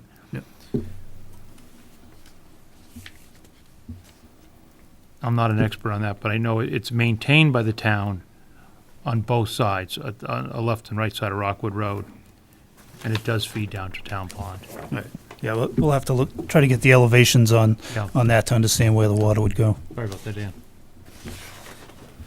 Bill, is it possible, and I know at an early meeting, we talked about not wanting to have any runoff from this site go into the town's detention basin, and Jim had revised the plans to eliminate any water going in there. Would it be appropriate for the project to have an emergency outlet that does go into that detention basin, which would only happen if something exceeds the 100-year storm or exceeds the calculations, the modeling? So that would be really not designed. It would just be there in case something went wrong. Yeah, I think that could be appropriate. I think one of the issues with the original design and showing drainage going into the pond was questions about the design of the pond. It is owned by the town, so they would need permission to tie into it. But I think that's a viable solution or a viable approach, since it would only be an overflow. It's not something that's going to be running in every storm. But Which should never run, unless something got screwed up. Right. But at least it would prevent flooding in the street. But maybe. Yeah. Well, I mean, again, we look at the layout. I think you could probably tie several systems into that, into one overflow pipe that goes into the pond. But again, it would be up to the board and the town to give the applicant permission to be able to do that. Actually, this board can't give you permission to do that. The selectmen would have to give you permission to do that. But this board could suggest it if you wanted to. I don't know if I'm just speaking out loud here. We haven't talked about it, but this board could suggest something like that. They could design it, but yes, you're right. They'd have to. The board of selectmen would have to bless it. Okay. So, on number 23, you would recommended that there be some additional design work done after the permit's been issued, and that would be part of, I guess, some presentation that we made prior to construction. And among that list, you have hydrology assessment, which I take it to mean a mounding evaluation, because we have infiltration of stormwater and septic basically within a small area, and what effect is that going to have on the systems itself and also on abutters, right? Yeah. Yep. Is that something that we could ask for now. I mean, I think we're at a point, and I know they didn't want to do a lot of design work until they had an idea of what this project was going to look like. And I respect that, and I know a lot of engineers and developers don't want to incur that kind of expense until they know they've got a project that's going to get approved.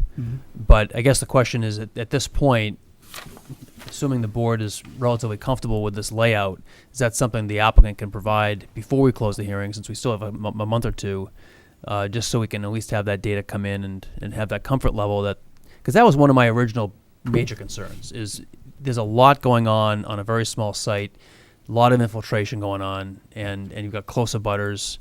And I think you actually raised, Bill, the point that in the front of the site, you know, they're filling in some depressed areas. They've got a stormwater basin. I think that was at a higher elevation than an abutter.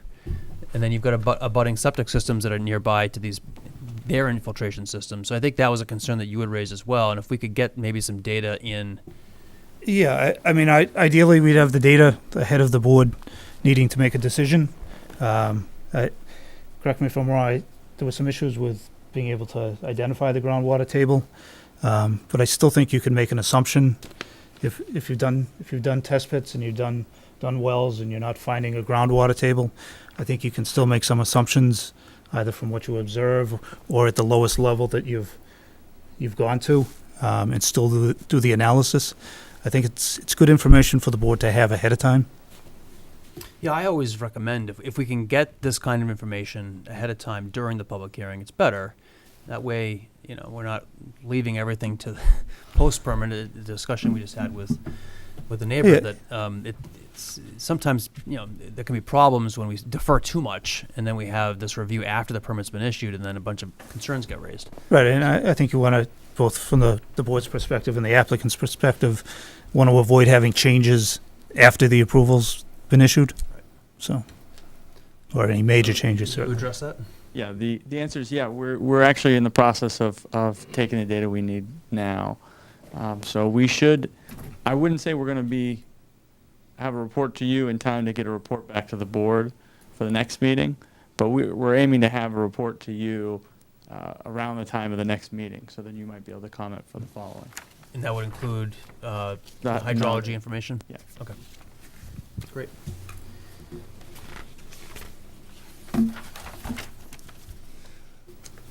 On question, point 25, where is you referenced the existing detention basin, where is that? Or is that the town, I think town basin? that's the town's basin. Okay, so if that's the town basin, is this comment really relevant anymore if we're not tying into the town basin? No, I don't think it is. Okay. I think the original comment was just, we had looked at the report that was done as part of the design of that. Yeah. But if not, we're not tying into it, it's really not relevant. Okay. And then lastly, 27.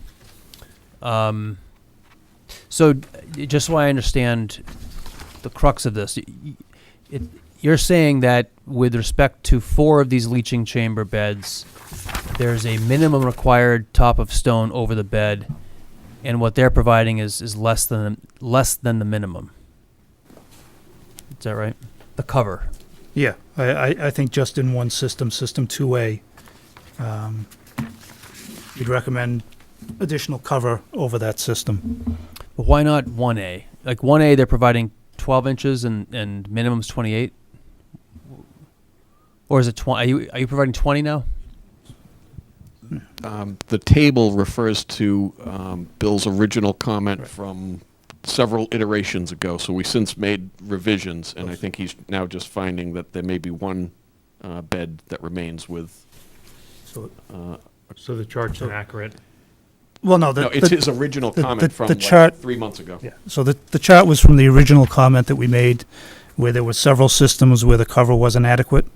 So if you follow through down to the bold beta 3 at the bottom, this is just a history of the comments that we've made. We haven't erased previous comments. Right. So we've reviewed the additional information, and we still think that system 2A is still a system that needs to have additional cover over it. Okay, The other systems that were in the original comment have been addressed. So 1A, 4A, and 6 all have the minimum cover. Right. 2A doesn't, and how is the applicant going to address that? So I think at this point, we're planning on doing another iteration of changes to try to incorporate everything that we've been discussing at this point, including the Okay. groundwater mounding study and so on. So, Do you think you're going to be able to provide the cover that's required? yes. Okay. So we'll expect that as part of the next submission sometime around the 16th of August. Okay. Thank you. And just to reiterate, that was our goal, and that is the timeline we're shooting for, to consolidate a plan set with all the remaining engineering items, additional revisions, actually, will include in that plan set. So whatever goes to the architectural review or landscape review, will include that in the plan set. So to the extent comments come out of architectural review or landscape review, then we can address those with reference to what we hope to be a compiled August 16th plan set. So that would be the plan set that we would propose to the board. And then to the extent the board has any conditions about move this around, tweak that, it would be a condition with reference to the August 16th plan set is what we're shooting for. Okay, sounds reasonable. You're gonna have all your stuff done when, Glenn, just, We are going to, this is going to be a sideboard after we're going to talk about schedule. okay. Yeah, and just, we don't need the feedback on that. Whatever we've given for architectural review or landscape review or site layout review, to the extent any comments come out of the discussion at the next hearing based on that review, then we can incorporate those by condition, at the conclusion. Did I see a hand pop up in the back? Yes, sir. Yeah, so, in reference, I think it was 23, the question about the overflow pipe for the potential for stormwater. I believe that drainage basin that's owned by the town of Norfolk, that the capacity within that is reserved for future commercial development in the downtown, something that part of this development, that's the hope, is bringing the people in the business will come. If we give away said drainage in the form of an overflow, does that count against that capacity within the system? And does that have an effect on how many commercial businesses would be able to tie in the future? Yeah, I would suggest no, because that system, the detention system was probably designed for a 100-year storm, as are the on-site systems. So anything that would flow into that would be flow beyond that 100-year storm. So that would So be it shouldn't. part of that form. Right. Great. Oh, I had one other comment for the board. I don't think Bill has given you a waiver by waiver comment. I don't think you've gone through the waiver list. We just got a revised waiver list. Other towns I've worked with, the zoning boards have found it beneficial to have the peer review provide a comment on each waiver request, so that I'm assuming at one point, perhaps next month, we're gonna go through each and every waiver and make decisions on each waiver. Sometimes it's helpful to have a peer review comment for each one that we can just kind of jump to, and that'll keep things moving along. So if you want that, we should ask Bill to provide that for the next meeting. Yeah, and I would agree. I think it makes sense. We have the revised list, which I assume is probably what you think is the final list at this point. Right, it's the most current with So- respect to that last revision that we submitted on June 16th. So now is probably the appropriate time to start doing that. My only comment on that is, in some instances, it's cumbersome to go waiver by waiver, where some of them are irrelevant. To the extent the board's peer review engineer can identify critical local bylaws that the town might be interested in reviewing, then perhaps we could review the critical ones, just to understand what the critical waivers we're asking for are. A lot of these are procedural, which are subsumed within the 40B process. Planning board conditions that say, apply to the planning board, submit XYZ to the planning board. Those types of things are summarily overridden by 40B, but to the extent there are local regulations on point about things like drainage, groundwater analysis, setbacks, perhaps we could limit the list, because it gets late into the night when you're going line by line on a waiver list. Yeah, I mean, what we generally do is, for the waiver requests, is focus on the more technical ones. The procedural ones, our input is probably not very valuable. It's really up to the board to determine that, but we would focus on the technical ones. Okay, that makes sense. Let's go down that road. Mr. Chairman, Yes, sir. after the last meeting, I mentioned and was not discussed, we've talked tonight about, in terms of the traffic study, talked about the trucks and breaking into the, crossing the double yellow line a certain amount in terms of especially making a right-hand turn or, and a left-hand turn coming out of the project. You mentioned that truck traffic in this type of project should be minimal. I guess my concern is that and I would accept the experts' reports on that, except during the construction phase, which I assume, and I haven't asked this year, but I assume this is an 18-month project, construction project of where we're looking at major trucks entering and exiting. Cement trucks, big fill trucks for, cut and fills it as required. So my question is, has the developer had any discussions with the town relative to a secondary access during the construction phase? Like the Freeman Kennedy School secondary access that was temporary? Like that? But that's now the main road? You can't even go on Boardman? Purview of the principal? I can't speak to that. I wasn't here then, okay? But I'm just speaking to the fact that as a resident right off of Boardman Street, and understanding the impact that the traffic will have, and hearing the traffic study experts say, and hopefully we're going to get a better speed test, that this is acceptable. However, also saying that the truck turning radii is an issue. And we know during the construction phase, we're going to have significantly more trucks than we're certainly going to have during any other phase. So it would seem to me it would be logical for the town to want to consider, and the developer to propose, that truck traffic during construction phase be minimized on Rockwood Road. And my question is, has there been discussions with the town by the developer to do that? And if not, why not? And if there have, where and what are the results of that? So Bisher's not here tonight, obviously, but in designing the project, we're proposing a project that is entirely self-contained and within our power to get approved and get built without the need for a town meeting vote or the grant of additional authority.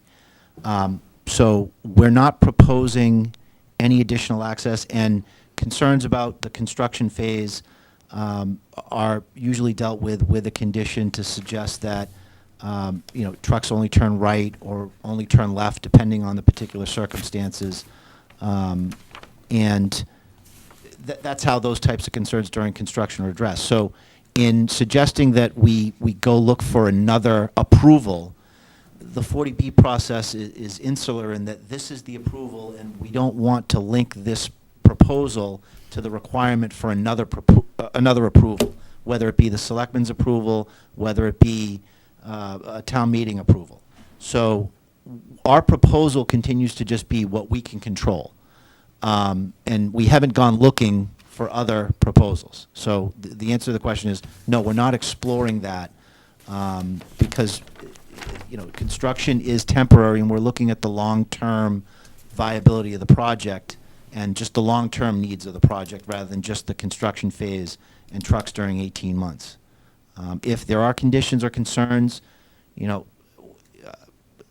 times that large vehicles are allowed to enter, I've seen those conditions.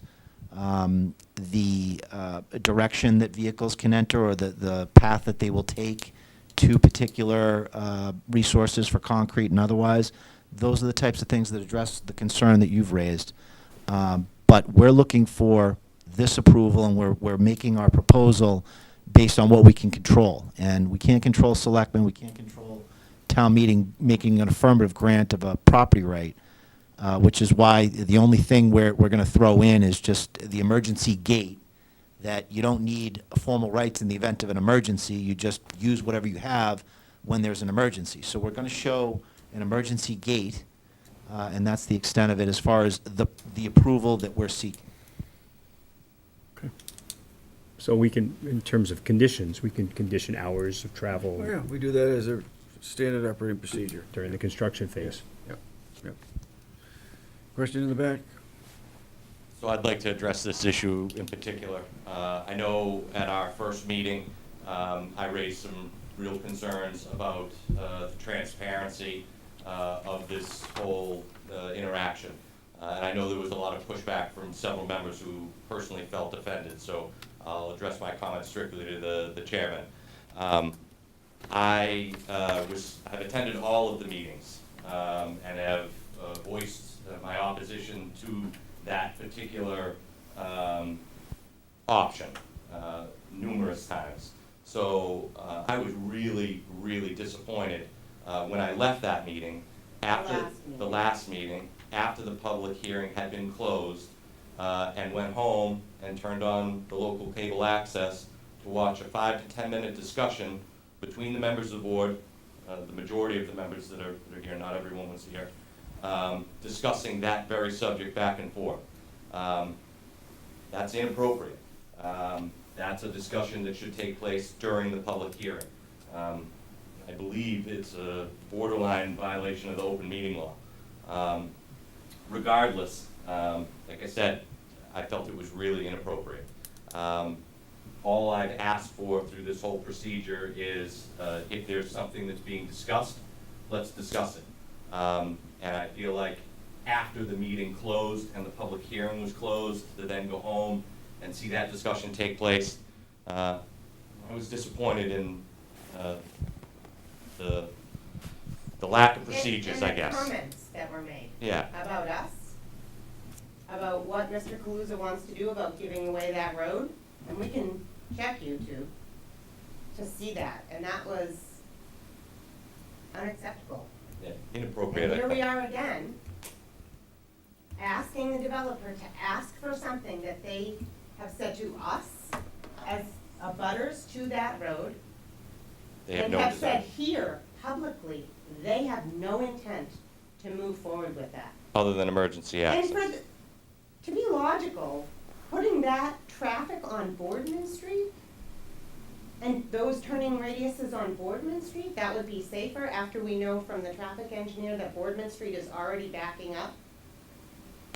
It's hard to find the logic there, other What is than the push for the road? just an agenda of trying to get that Road paved by somebody else. temporary road, which then becomes a permanent road.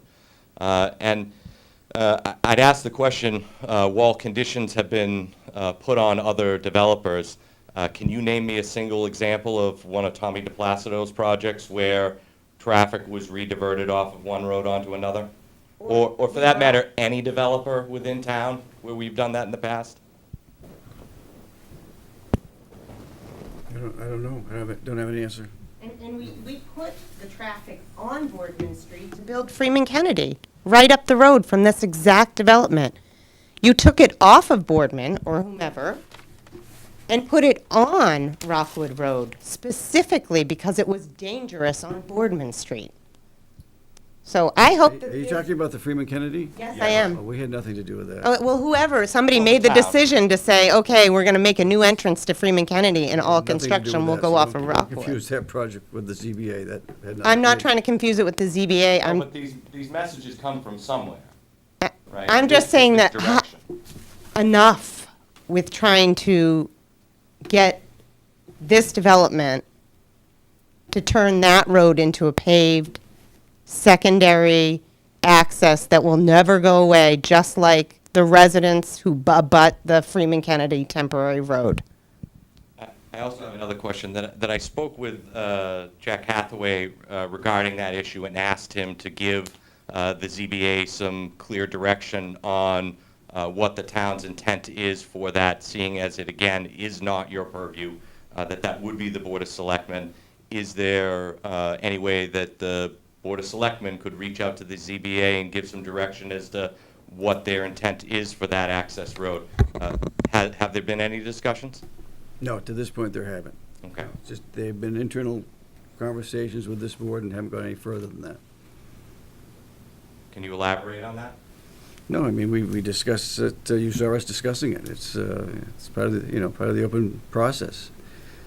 But the open process is during that hearing, not after everyone, including the developer, had left the meeting. Yeah, the meeting was still ongoing. The public hearing had been closed, Mr. No, the public hearing is continued, and we have every right to be able to discuss issues and bring them up at subsequent meetings. I mean, we have to discuss these things and figure out what direction we want to go in. It's called planning. Those discussions are supposed to take place right now. Yeah. This is when those discussions are supposed to take place. Yeah. And I'm pretty sure that's pretty clear.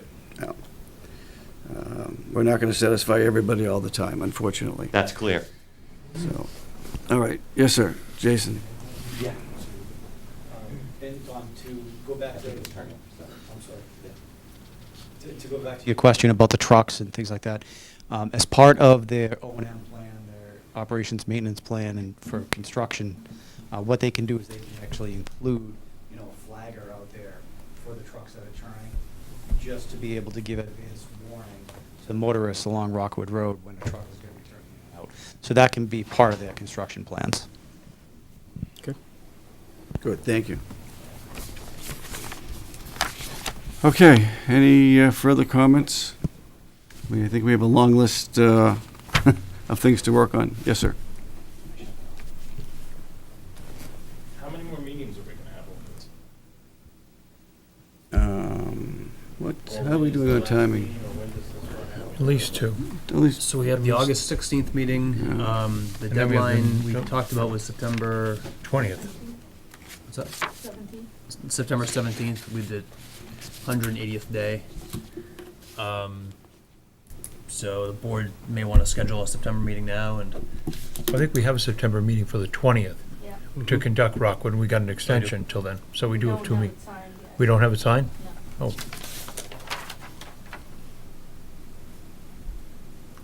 do you want to do a 30-day extension? Sure. Is that acceptable? Yes. Okay, so we have a form here you can sign. Okay. We can just take care of that in due course. We'll get that signed. So we have two meetings scheduled. And our new deadline will be 10/17? Correct?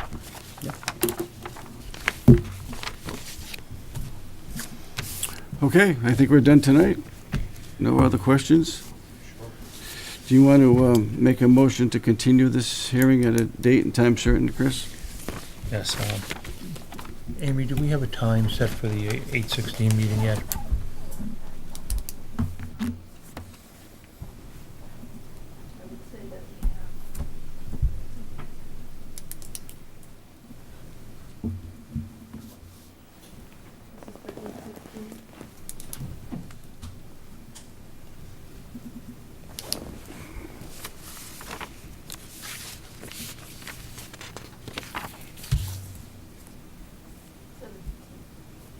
We don't, 7:15. we have nothing else scheduled?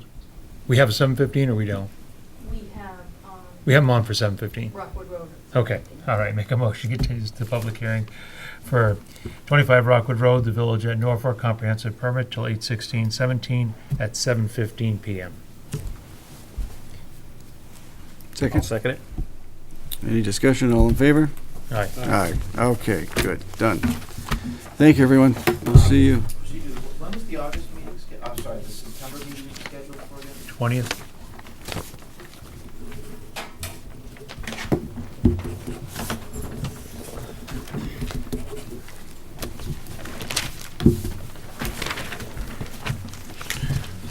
All right. Good.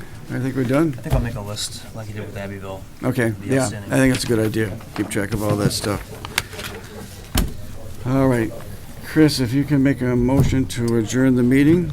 Make a motion to close the zoning board of appeals meeting of July 19, 2017 at 10:40 PM. Second. I second it. Any discussion, all in favor? Aye. All right, done, thank you.